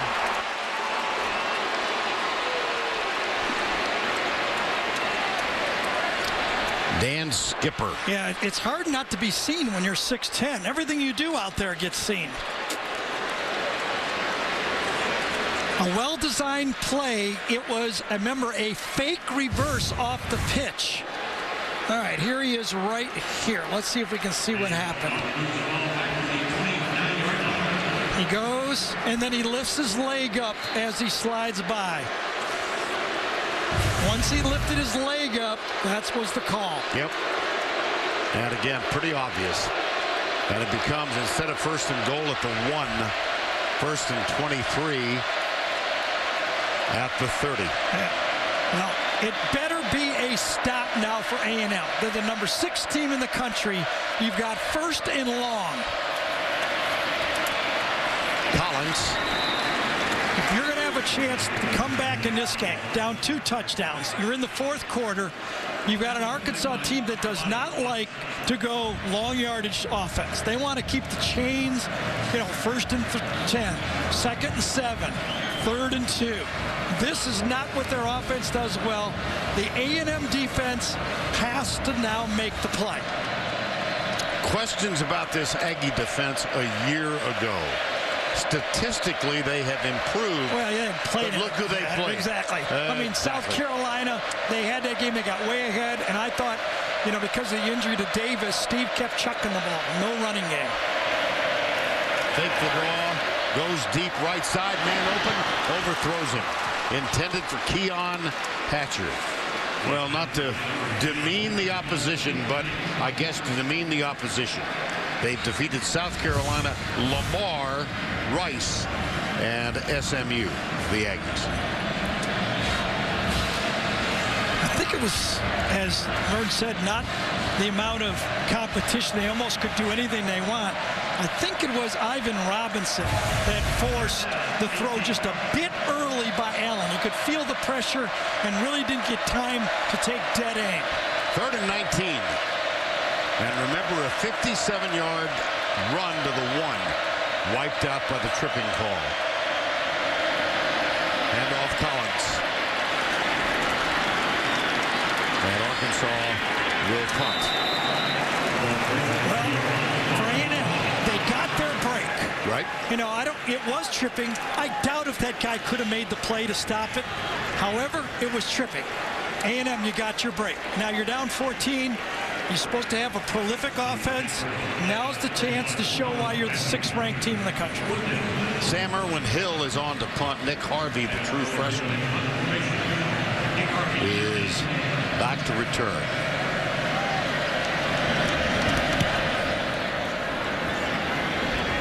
Harvey will let it bounce. I was going to say, he got away with that earlier, and that time he wasn't, and he had to jump on it. 49-yard punt. Harvey did a belly flop. But the Aggies do get a stop, and they have the football, trailing by 14. For our Geico game recap. Both teams scored on their opening possessions of this football game. First up, it was the Aggies. Brandon Williams with a 13-yard rushing touchdown, A&M by 7. But Arkansas countered right away. Williams, 32, tied at 7. And then Collins, this is a great play. Look at that move. And then the race to the corner that put the Hogs up 14-7. Aggies came back to tie it. Beautiful catch. Edward Pope deep in the end zone off the Kenny Hill pass. Tied at 14. And then on 4th down, here was Sam Irwin-Hill. A 51-yard rushing touchdown on the fake punt. And at halftime, Arkansas led 21-14. The only score in the 4th quarter was this play-action pass Derby caught it from Brandon Allen. And so, here we are at 28-14. Vern Lundquist, Gary Danielson, Allie LaForce down to the sidelines. Impressions? Well, the same trend has happened for A&M in the second half. They're hitting the short passes. They're missing the long ones. Even the long one they hit, the guy falls down after he catches it. But it's a football game. And Kevin Sumlin's telling his offense right now, come on, guys. It's not going to be easy. Let's put one on the board. Let's put the pressure back on Arkansas and see who can finish the game. And so we will, Yeah, and A&M feels they're more used to finishing the games off than Arkansas. As you pointed out, they haven't won a game in the SEC in 13 tries. Trey Williams, number 3, good defense. And the big play offensively in this half was the trip. Yeah, it could be the play of the game, really, because they look and think about the score if they'd have put another touchdown on. Washington actually never even falls down on the play. Oh, he trips him the second time. He would have got away with the first one, but not the second one. Great look from the truck, guys. Here's Ken Hill, deep down the middle, and he's got him wide open. Edward Pope, the defender fell down. The Aggies have scored on an 87-yard touchdown pass. How fast things can change.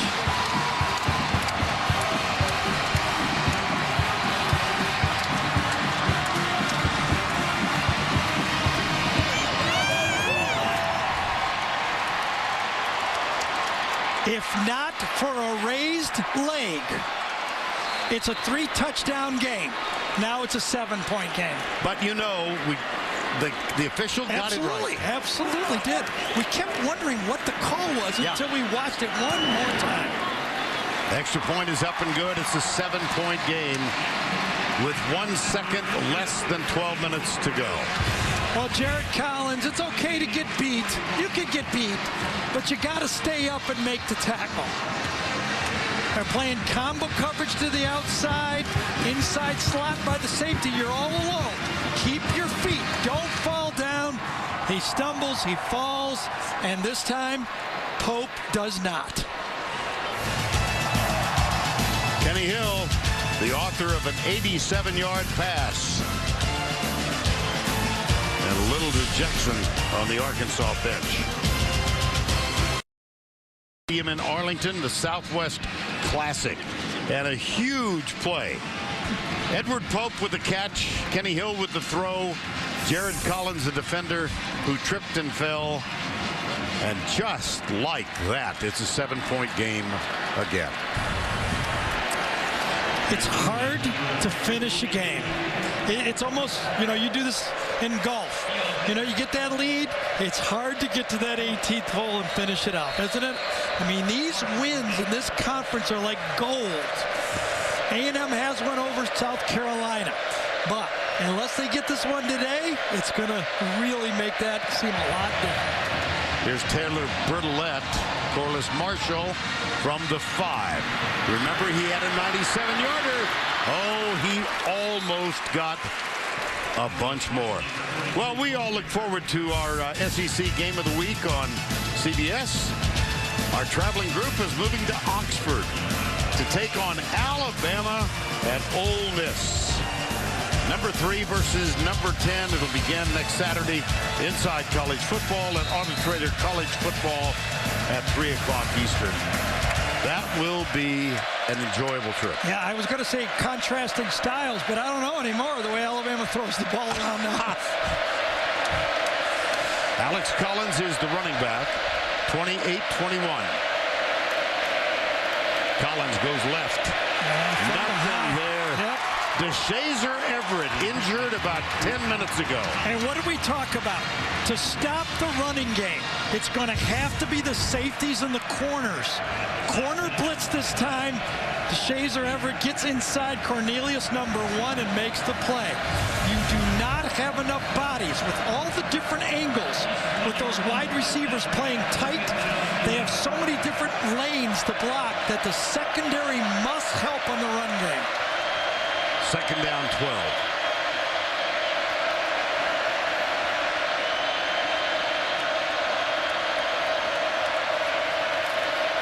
side. How about this? Back-to-back great defensive plays. That one led by Alonzo Williams, the first man there. Number 83, and then Sean Washington was number 2. I think it was right there, 83, yes. Fights off the block that time from Hunter Henry. Stuffs it and makes the play. Now here's your basic 3rd down and 12.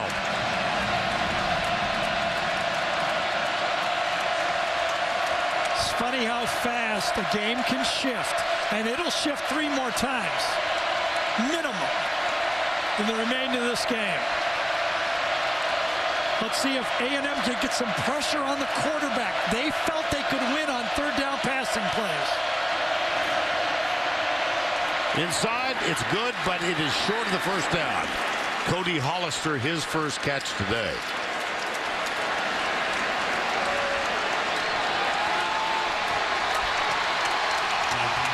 Aggie defense holds.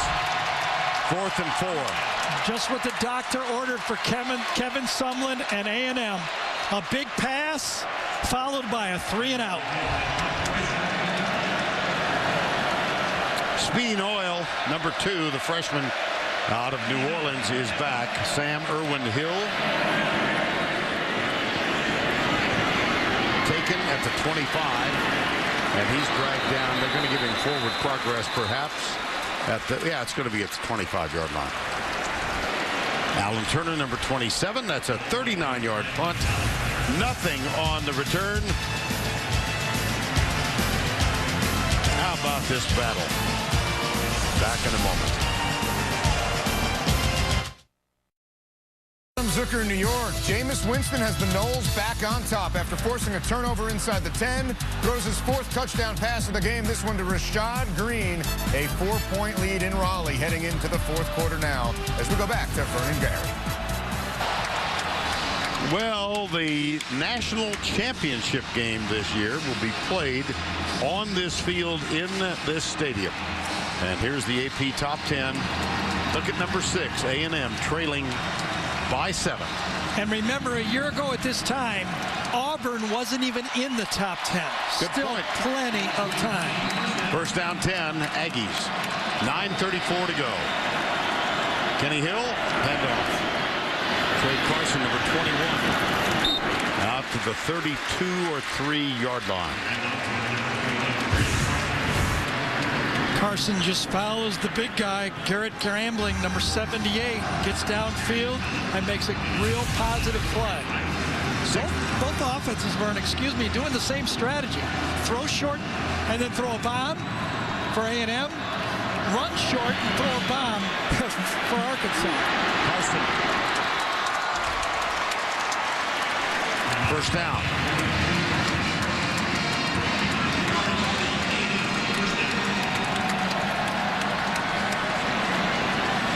Well, a very modest first half for Kenny Hill. Remember, he started off 3 of 9. And much better statistically in this half. There's Carson again. That one's coming back up. A flag, yep. I think Cameron Clear, number 85, is going to get grabbed on this, get called on this one for holding.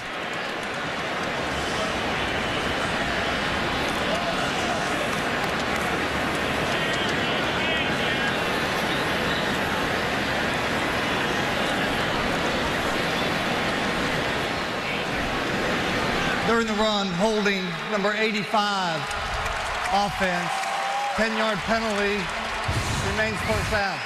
Here's Cameron over here matched up. Puts his arms to the outside and turns them. It kind of lets you do that if you got your arms inside and turn them. They're not going to let you take your arms wide and do it. After the penalty, first down and 20. Hill dances up, goes deep, got a man down there.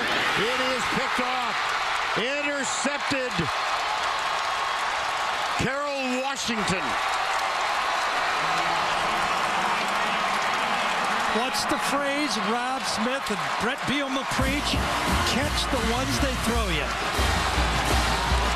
Just catch the ones you have an opportunity. They've missed one that they could have had early, but this one, a late throw over the middle, man-to-man coverage to the outside. He knows he's got them all by himself. He takes them, cuts inside, and this time defends it. Wonderful job by number 21, Carroll Washington. First interception of the season for Washington. Kenny Hill in despair right now. 28-21 Razorbacks. Couple of news and notes. College football here in the SEC on CBS. Dylan Day of Mississippi State suspended by the SEC for 1 game. Mark D'Antonio, a quote, "My vision is that you should be the champion of your league before you can be the champion of the country." And Brett Hundley on Thursday night, brilliant night. 355 throwing, 72 running, 62-27 with the UCLA win at Arizona State. First down 10, Arkansas, a 7-point lead.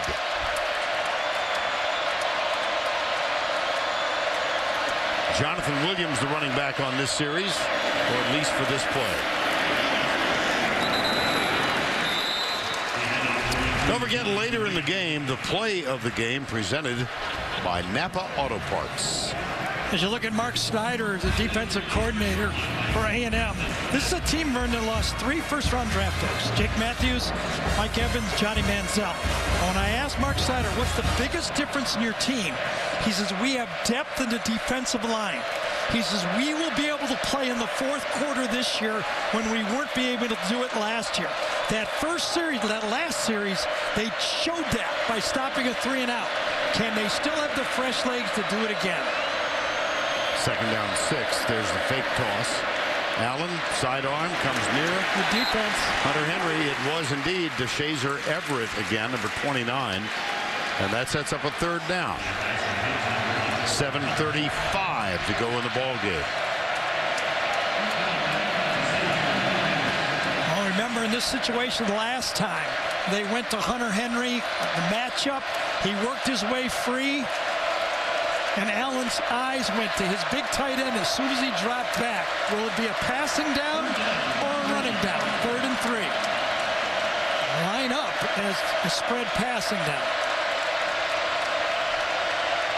Here's the big tight end. Allen pumps. Tries to direct it. And he has to throw it away. That was a coverage. I think that there was a bust. I think really? Hunter Henry did not know the play. I wonder if he got dinged on the play before. Allen was ready to throw the ball to the tight end. Watch, he goes out. The ball is going to go to him. Allen's ready to throw, and he's just jogging off. He doesn't stay with his route, and I think Allen got confused by that technique by Hunter Henry. Just look at him talking to him right there. He thought he'd post up in front of the guy. Second straight 3-and-out. Yeah, they faked the 4th down play. At least, remember, number 11, as Vern told you earlier, is the backup quarterback from a year ago.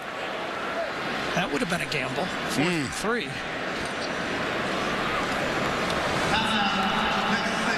So the Aggies call time. 6:51 remaining. Second 3-and-out by the A&M defense. Apparently they'll get the ball back.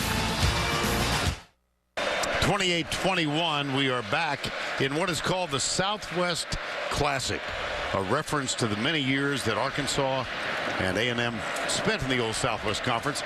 Look at Arkansas in this stadium. They've defeated the Aggies 3 times.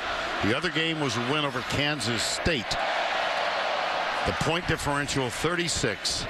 And I must say, as a kid, I used to be one, right, and I grew up watching the old Southwest Conference teams. This is very nostalgic to see these two, now very proud members of the SEC. But boy, they meant a lot to a conference that meant a lot to a lot of us. Fair catch at the 30-yard line. And stay tuned for the Dodge postgame show on CBS Sports. 6:44 remaining. Aggies trying to go 5-0 for the first time since 2001. That's when Kevin Sumlin was an assistant to wonderful coach R.C. Slocum at Texas A&M. And Arkansas trying to break a 13-game SEC losing streak. They've been wandering in the desert for a couple of years. High snap, handoff up the middle. Trey Carson, about 3.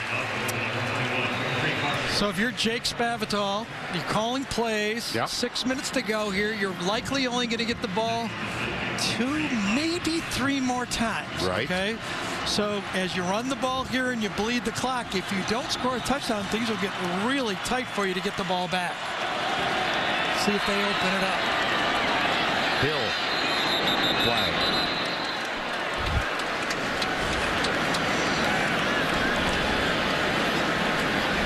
Timeout. Arkansas, that is their first charge timeout of this half. So there was no flag. Each team now with 2 times.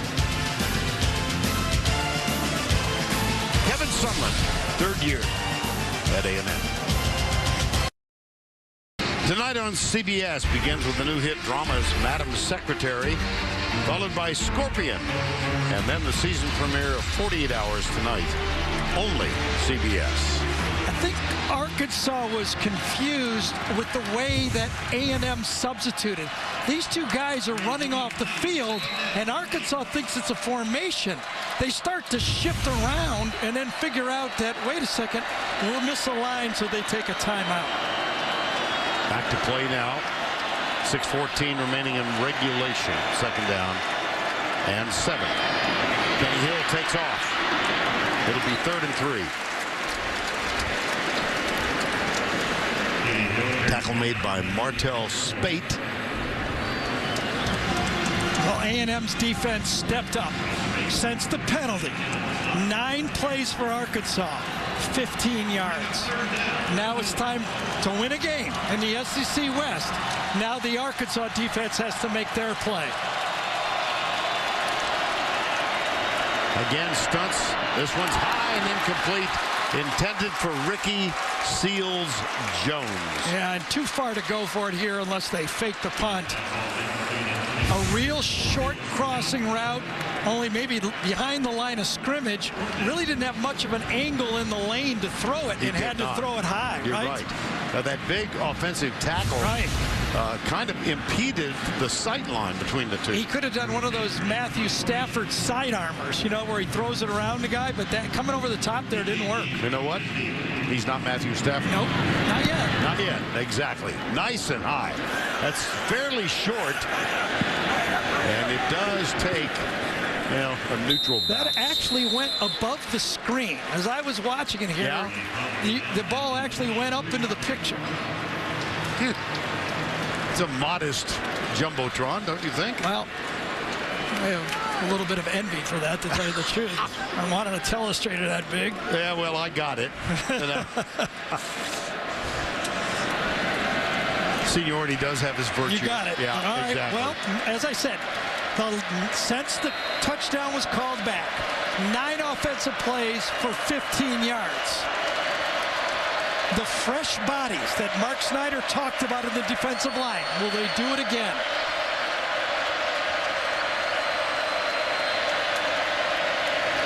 Handoff left side, big hole. And a first down from Jonathan Williams.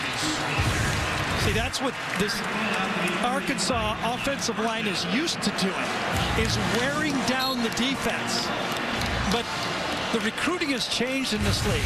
Because of the up-tempo offenses, teams are getting more defensive linemen. They're rotating 8, 9, 10 defensive linemen now to keep them fresh. A big change than what it was even 3 or 4 years ago when they used to play maybe 6 guys.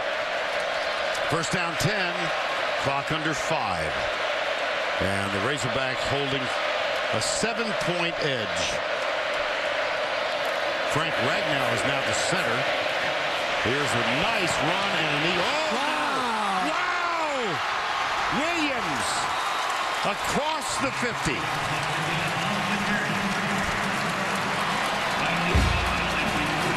It was Armani Watts, 23, that had the tackle, and then he spun through it. It was Watts. Armani Watts is getting baptized. This is what the SEC used to be like 10, 15, 20, 30 years ago. Now it's turned into a little bit more of a spread game.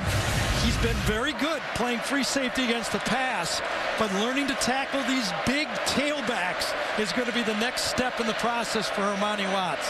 Back-to-back first down runs for Arkansas. And the clock now at 4:11. Huge hole. Alex Collins.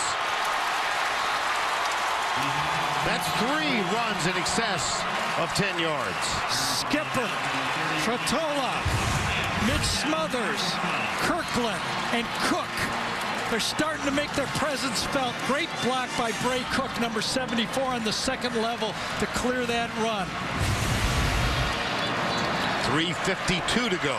Sometimes you can be fresh and just get blocked.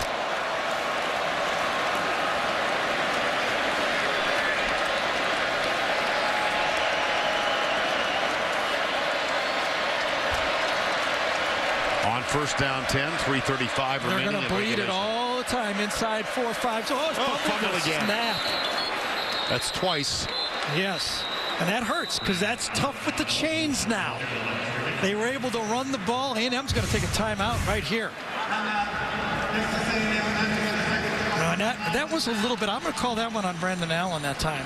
Center was going straight ahead. I thought he pulled out a little bit too fast that time.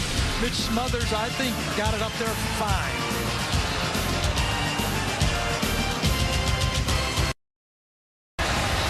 Well, the Aggies have missed some chances. Yes, and started out with self-inflicted backs going the wrong way, drop passes, receiver adjusting and not properly. Even when they have a touchdown, they catch it and fall down. And then when they have a chance one-on-one, the ball is not led enough to the middle of the field and give Arkansas a chance to pick it up. Off. So, 1 timeout left in the game with A&M.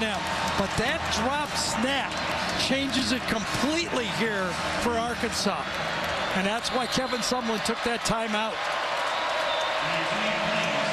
Second down 12. Jonathan Williams is the running back. Aggies have 1 timeout left.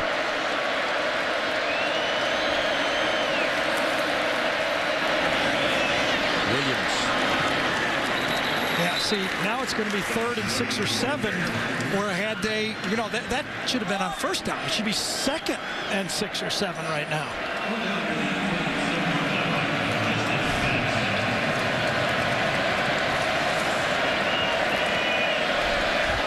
What do? Do you run it straight ahead, hope you can kick a field goal and make it a 10-point game?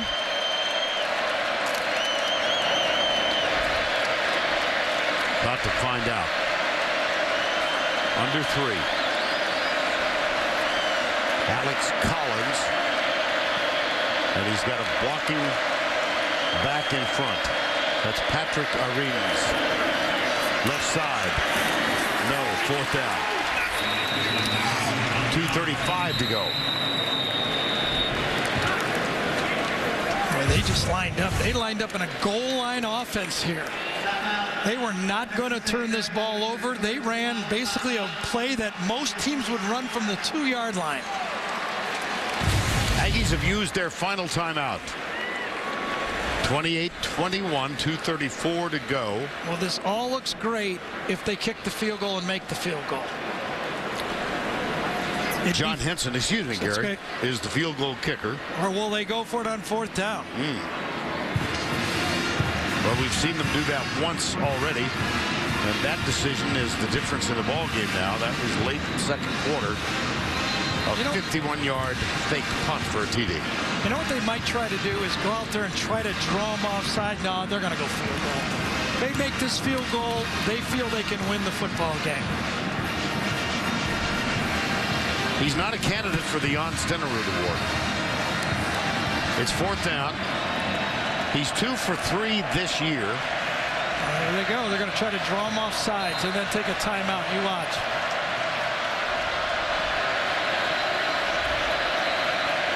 They did take a timeout. Yep. And that was Henson. So Arkansas has 1 timeout left. 4th and 6. We'll be right back.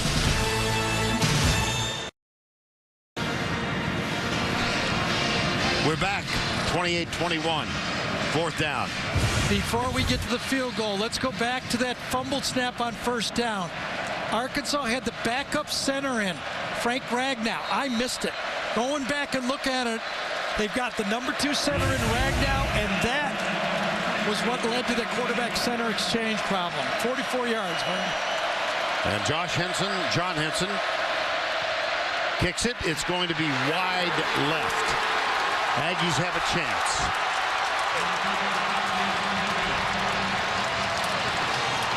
Missed it by a mile. And a half. Yes.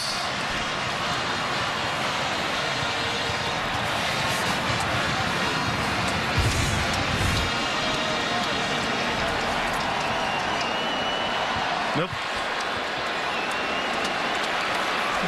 He almost missed the screen. I think he did.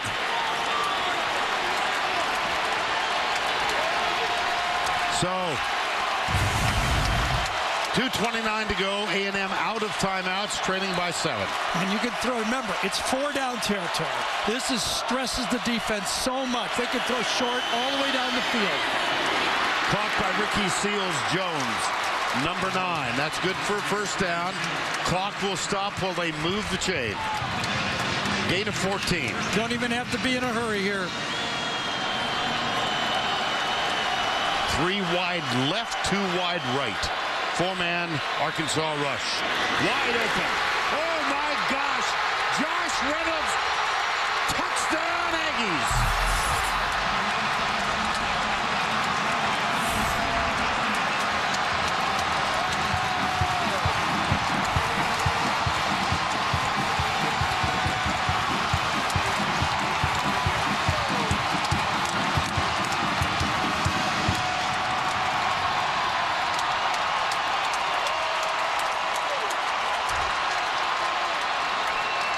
It is, Gary, as you said, so tough to finish. To finish these games, just keep playing. I've said that for 20 years doing this.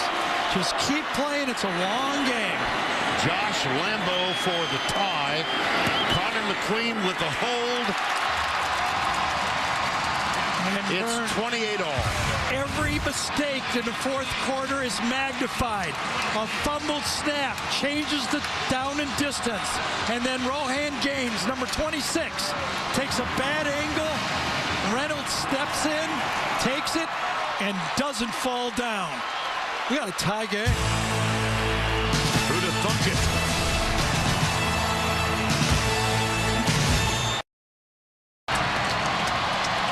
Tied at 28. The Aggies will now kick off. Second 2-play drive in the game. That one took 21 seconds. Kenny Hill, 59 yards.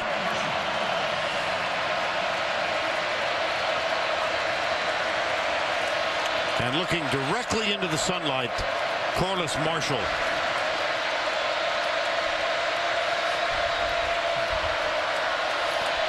Keon Hatcher is also back. Here's for the left. At the 3, it's Marshall. He's down.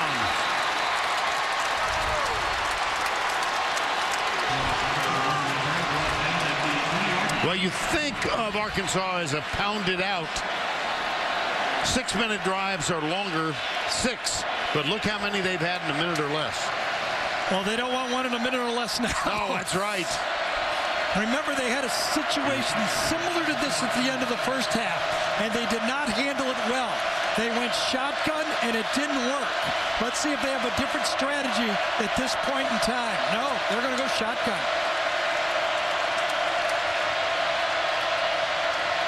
Frank Ragnow is still the center, low snap. Handoff. Jonathan Williams Out to the 26, second down and 4, under 2 to go. Arkansas can stop the clock once. And that's the good news. The bad news is their kicker's long field goal in the year is 25 yards. Second and 4. Low snap again. Allen being chased, lets it go. It's incomplete. Third down. Sean Washington giving chase to Brandon Allen.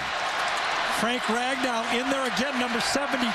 Back-to-back bad snaps on the shotgun. A&M could get this ball back. They were 1 first down, Arkansas was, of running out the clock and winning the game, and A&M might end up with 2 possessions.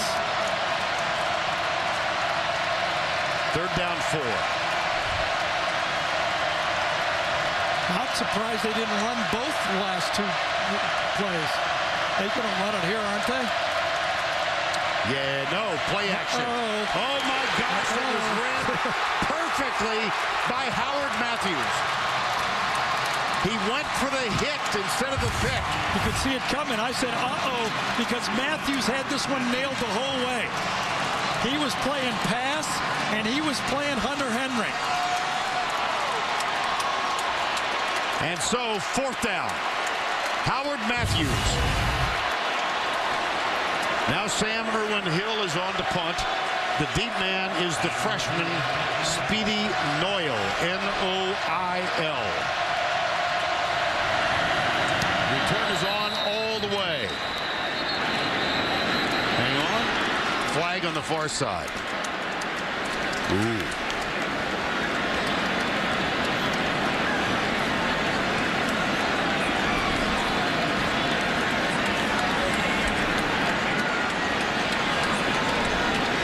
Prior to the snap, false start. Offense. Number 27. It's a 5-yard penalty. It's very possible that A&M's going to end up with this ball inside the 50-yard line. Yes, it is.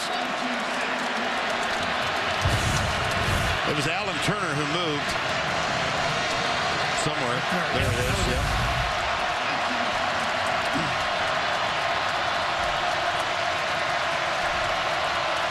Fourth and 9.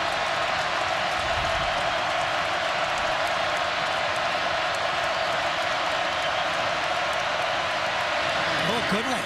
Best of the day. Fair catch. Noil inside the 25. They will mark the spot of the ball at the 25. 54-yard punt. Nothing on the return. 1:18 to go. It's so hard to win a football game, isn't it? For Arkansas. Remember, just a year ago, they thought they had LSU at the end of the football game. And a 99-yard drive later by a backup quarterback gets the loss.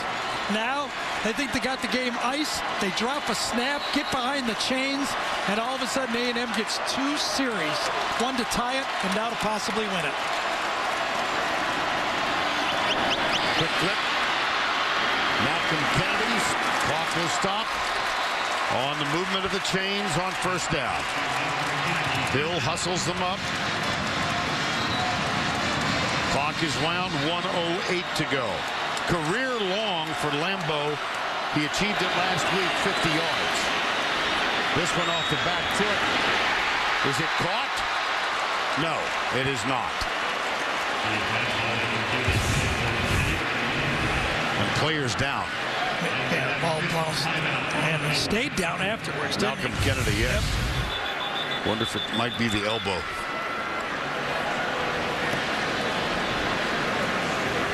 Shoulder. Malcolm Kennedy, who had 14 receptions in that opening game against South Carolina.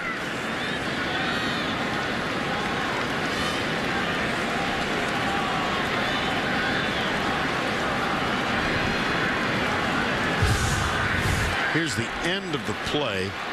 Watch his left elbow hit the ground. Right there. And then maybe the shoulder, one or the other. He reaches for his shoulder. Watch him reach for the shoulder. Yep, he reaches up there for the top of his left shoulder.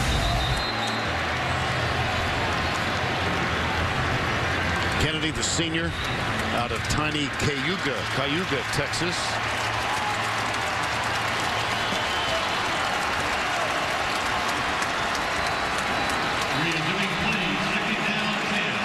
Remember that big win, Manziel in Alabama at home in Tuscaloosa. The Aggies came in. Malcolm Kennedy had the game winner in that one. Going deep. That's too far. Boone Lederhofer, a free walk-on. Starting to say free agent. Niederhofer, number 82. The ball was not on the field. Would have been tough. I mean, the guy was basically covered. Would have taken a perfect pass. 3rd down 10, 50 seconds remaining. And Kennedy's back in the game in the slot.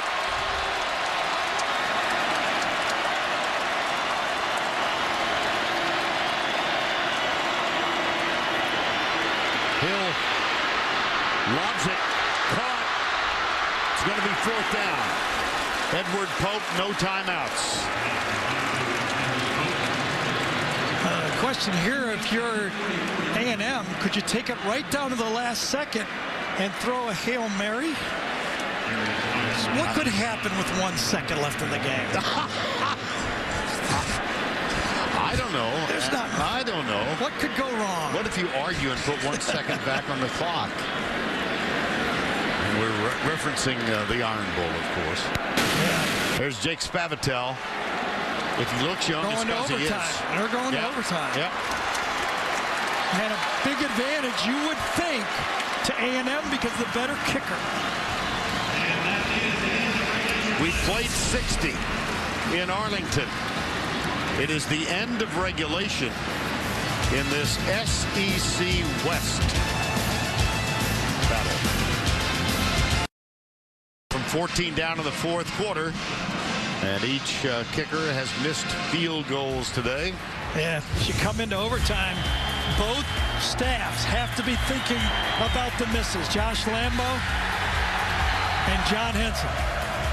That was Lambo's first miss of the year. And this one from 44, widely hooked to the left. Henson on the left, Lambo on the right. It might come down to them. Let's go to Tom Ritter and the coin toss. Period. Each team will get 1 possession from the 25-yard line. Each team is given 1 timeout. Arkansas, you are the visiting captain. Coin with SEC's heads. The pinwheel is tails. What is your call? His call is tails. It is tails. Defense. Defense. Offense. Push into the field.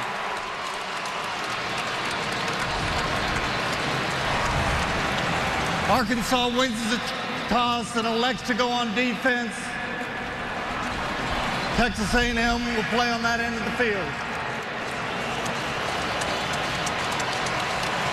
And so let's take a look at what I would hope by now are the familiar rules of college overtime.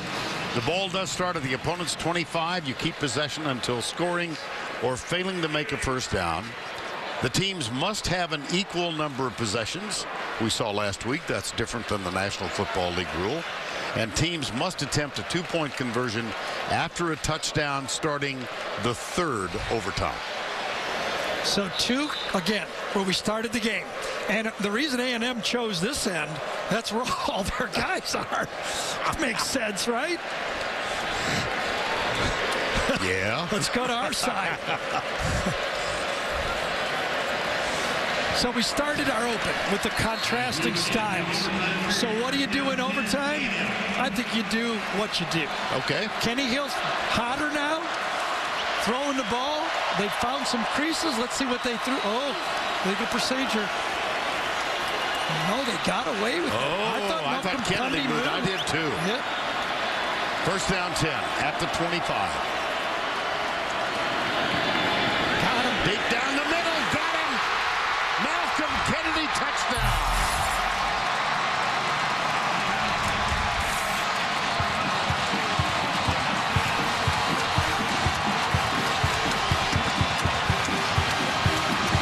Well, we know why he was flinching. He was anticipating a touchdown. This is the one that Kenny Hill missed early in the game. They come back to it, the fake wide screen, throw it right down the middle, and this time Kenny Hill threw a strike. Josh Lambo for the extra point. And the Aggies take a 7-point lead. And now Arkansas will get the ball. They must score a touchdown and an extra point to extend the game. Well, the senior veteran really sold this from the slot. Remember, he was twitching. He was moving because he knew he had the look. Right down the middle. Watch, they faked the wide screen. They got the call from the bench. They're going to fake coming to the wide with Trey Carson. Malcolm Kennedy knows he's got it. He's got it on a linebacker. Fake it, go. Got him. That was Ellis, the linebacker, who bit and bit hard. Kennedy. Here's Arkansas trying to end a 13-game SEC losing streak. They must get the touchdown and the extra point. Jonathan Williams gets the handoff. Stopped after a gain of 2.5. Ivan Robinson, number 89. This will be interesting play calling, because remember at the end of the game, Jim Chaney played for the field goal. Obviously, it's 4-down territory now. You would think that Arkansas believes with 4 attempts to run it, they can gain 10 yards. Let's see if they run any passes at all, or do they keep banging away. Second down, toss. Williams. Oh, Miles. Third down. The freshman, Myles Garrett, makes the play.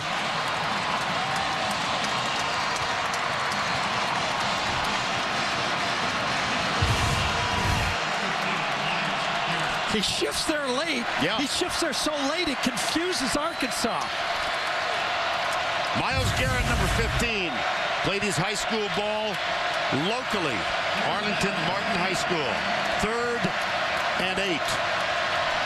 It's a passing situation now. Let's see what type of formation they have. Hunter Henry goes to the left side. The one wideout is Keon Hatcher. Now he moves in. Into the flat, caught. Short of the first down. A.J. Derby made the catch. It'll be 4th. 1 or 2, depending on the spot. Well, let's remember, Mark Snyder said the biggest difference in our team from a year ago, the defensive coordinator for A&M, he says we're fresh in the 4th quarter or overtime. Let's see if that defensive line can get a stop. They need a yard and a half, all right? 2 yards. Well, legally 2. Yep. Literally a yard and a half. Alex Collins is the running back. He's got blockers to the left. They give it to him. He's stopped. Aggies win.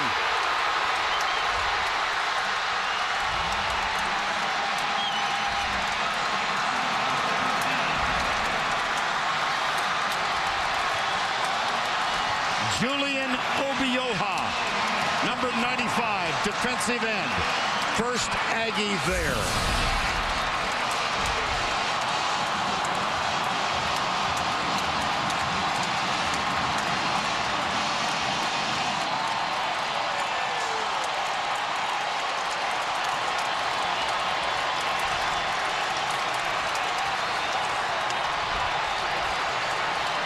You know, Obioha got the tackle, and Myles Garrett got the tackle, but at the point of attack, right here, watch those defensive linemen take him on and stone it and force it back to the other side where Obioha and Garrett and Everett, can clean it up and make the play. Stoned on the front side, forces the cutback, and Obioha and Everett clean it up to make the game-winning stop.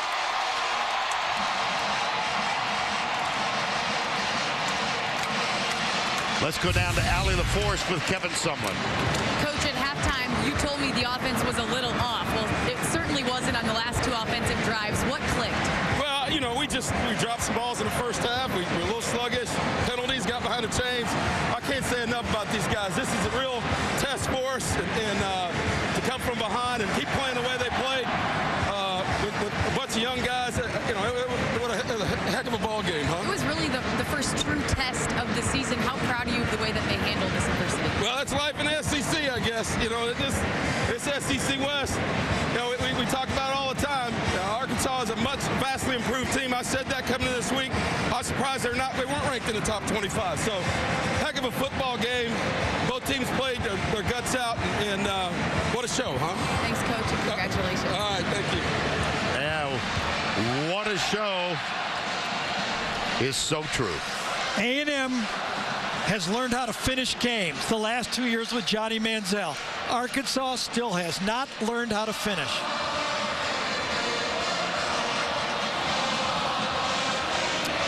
We're going to do multiple plays of the game presented by Napa Auto Parts. First, remember Arkansas had a chance to run out the clock. Frank Ragnow, Brandon Allen, a fumble. That set up a 2nd and 12. Here's the game-tying touchdown. Josh Reynolds, who had 2 critical drops earlier in the game. And now for the game-winning touchdown, Dave South of the Aggie Radio Network. Looking to throw, he will, and a catch and a touchdown. It's Kennedy. 1 play, 25 yards, touchdown. And Allie LaForce is with Kenny Hill. Kenny, you had 2 chances at the end of the game, 1 to tie it and 1 to win it. What did you tell your offense to get them to buy into what your game plan was? I said, we got this. Trust me. I promise I got y'all. I made a mistake throwing a pick earlier in that 4th quarter, and I told them, don't worry about that. Defense got our back, and then I promise I got y'all. I mean, they believed in me, and we went out there and won the game. The number one thing that your teammates and that your coaches told us about you is that you never blink. You're so calm and collected. How do you hold yourself together in moments like that? I mean, I've been playing this game my whole life. So, I mean, there's really no reason to be nervous. It's just another game, another opportunity to show everybody what I can do. Thanks, Kenny, and congrats.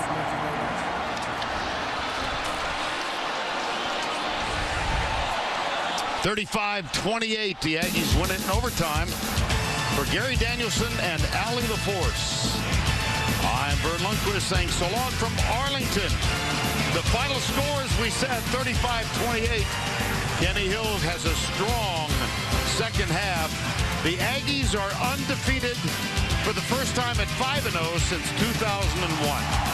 The Dodge postgame show up next.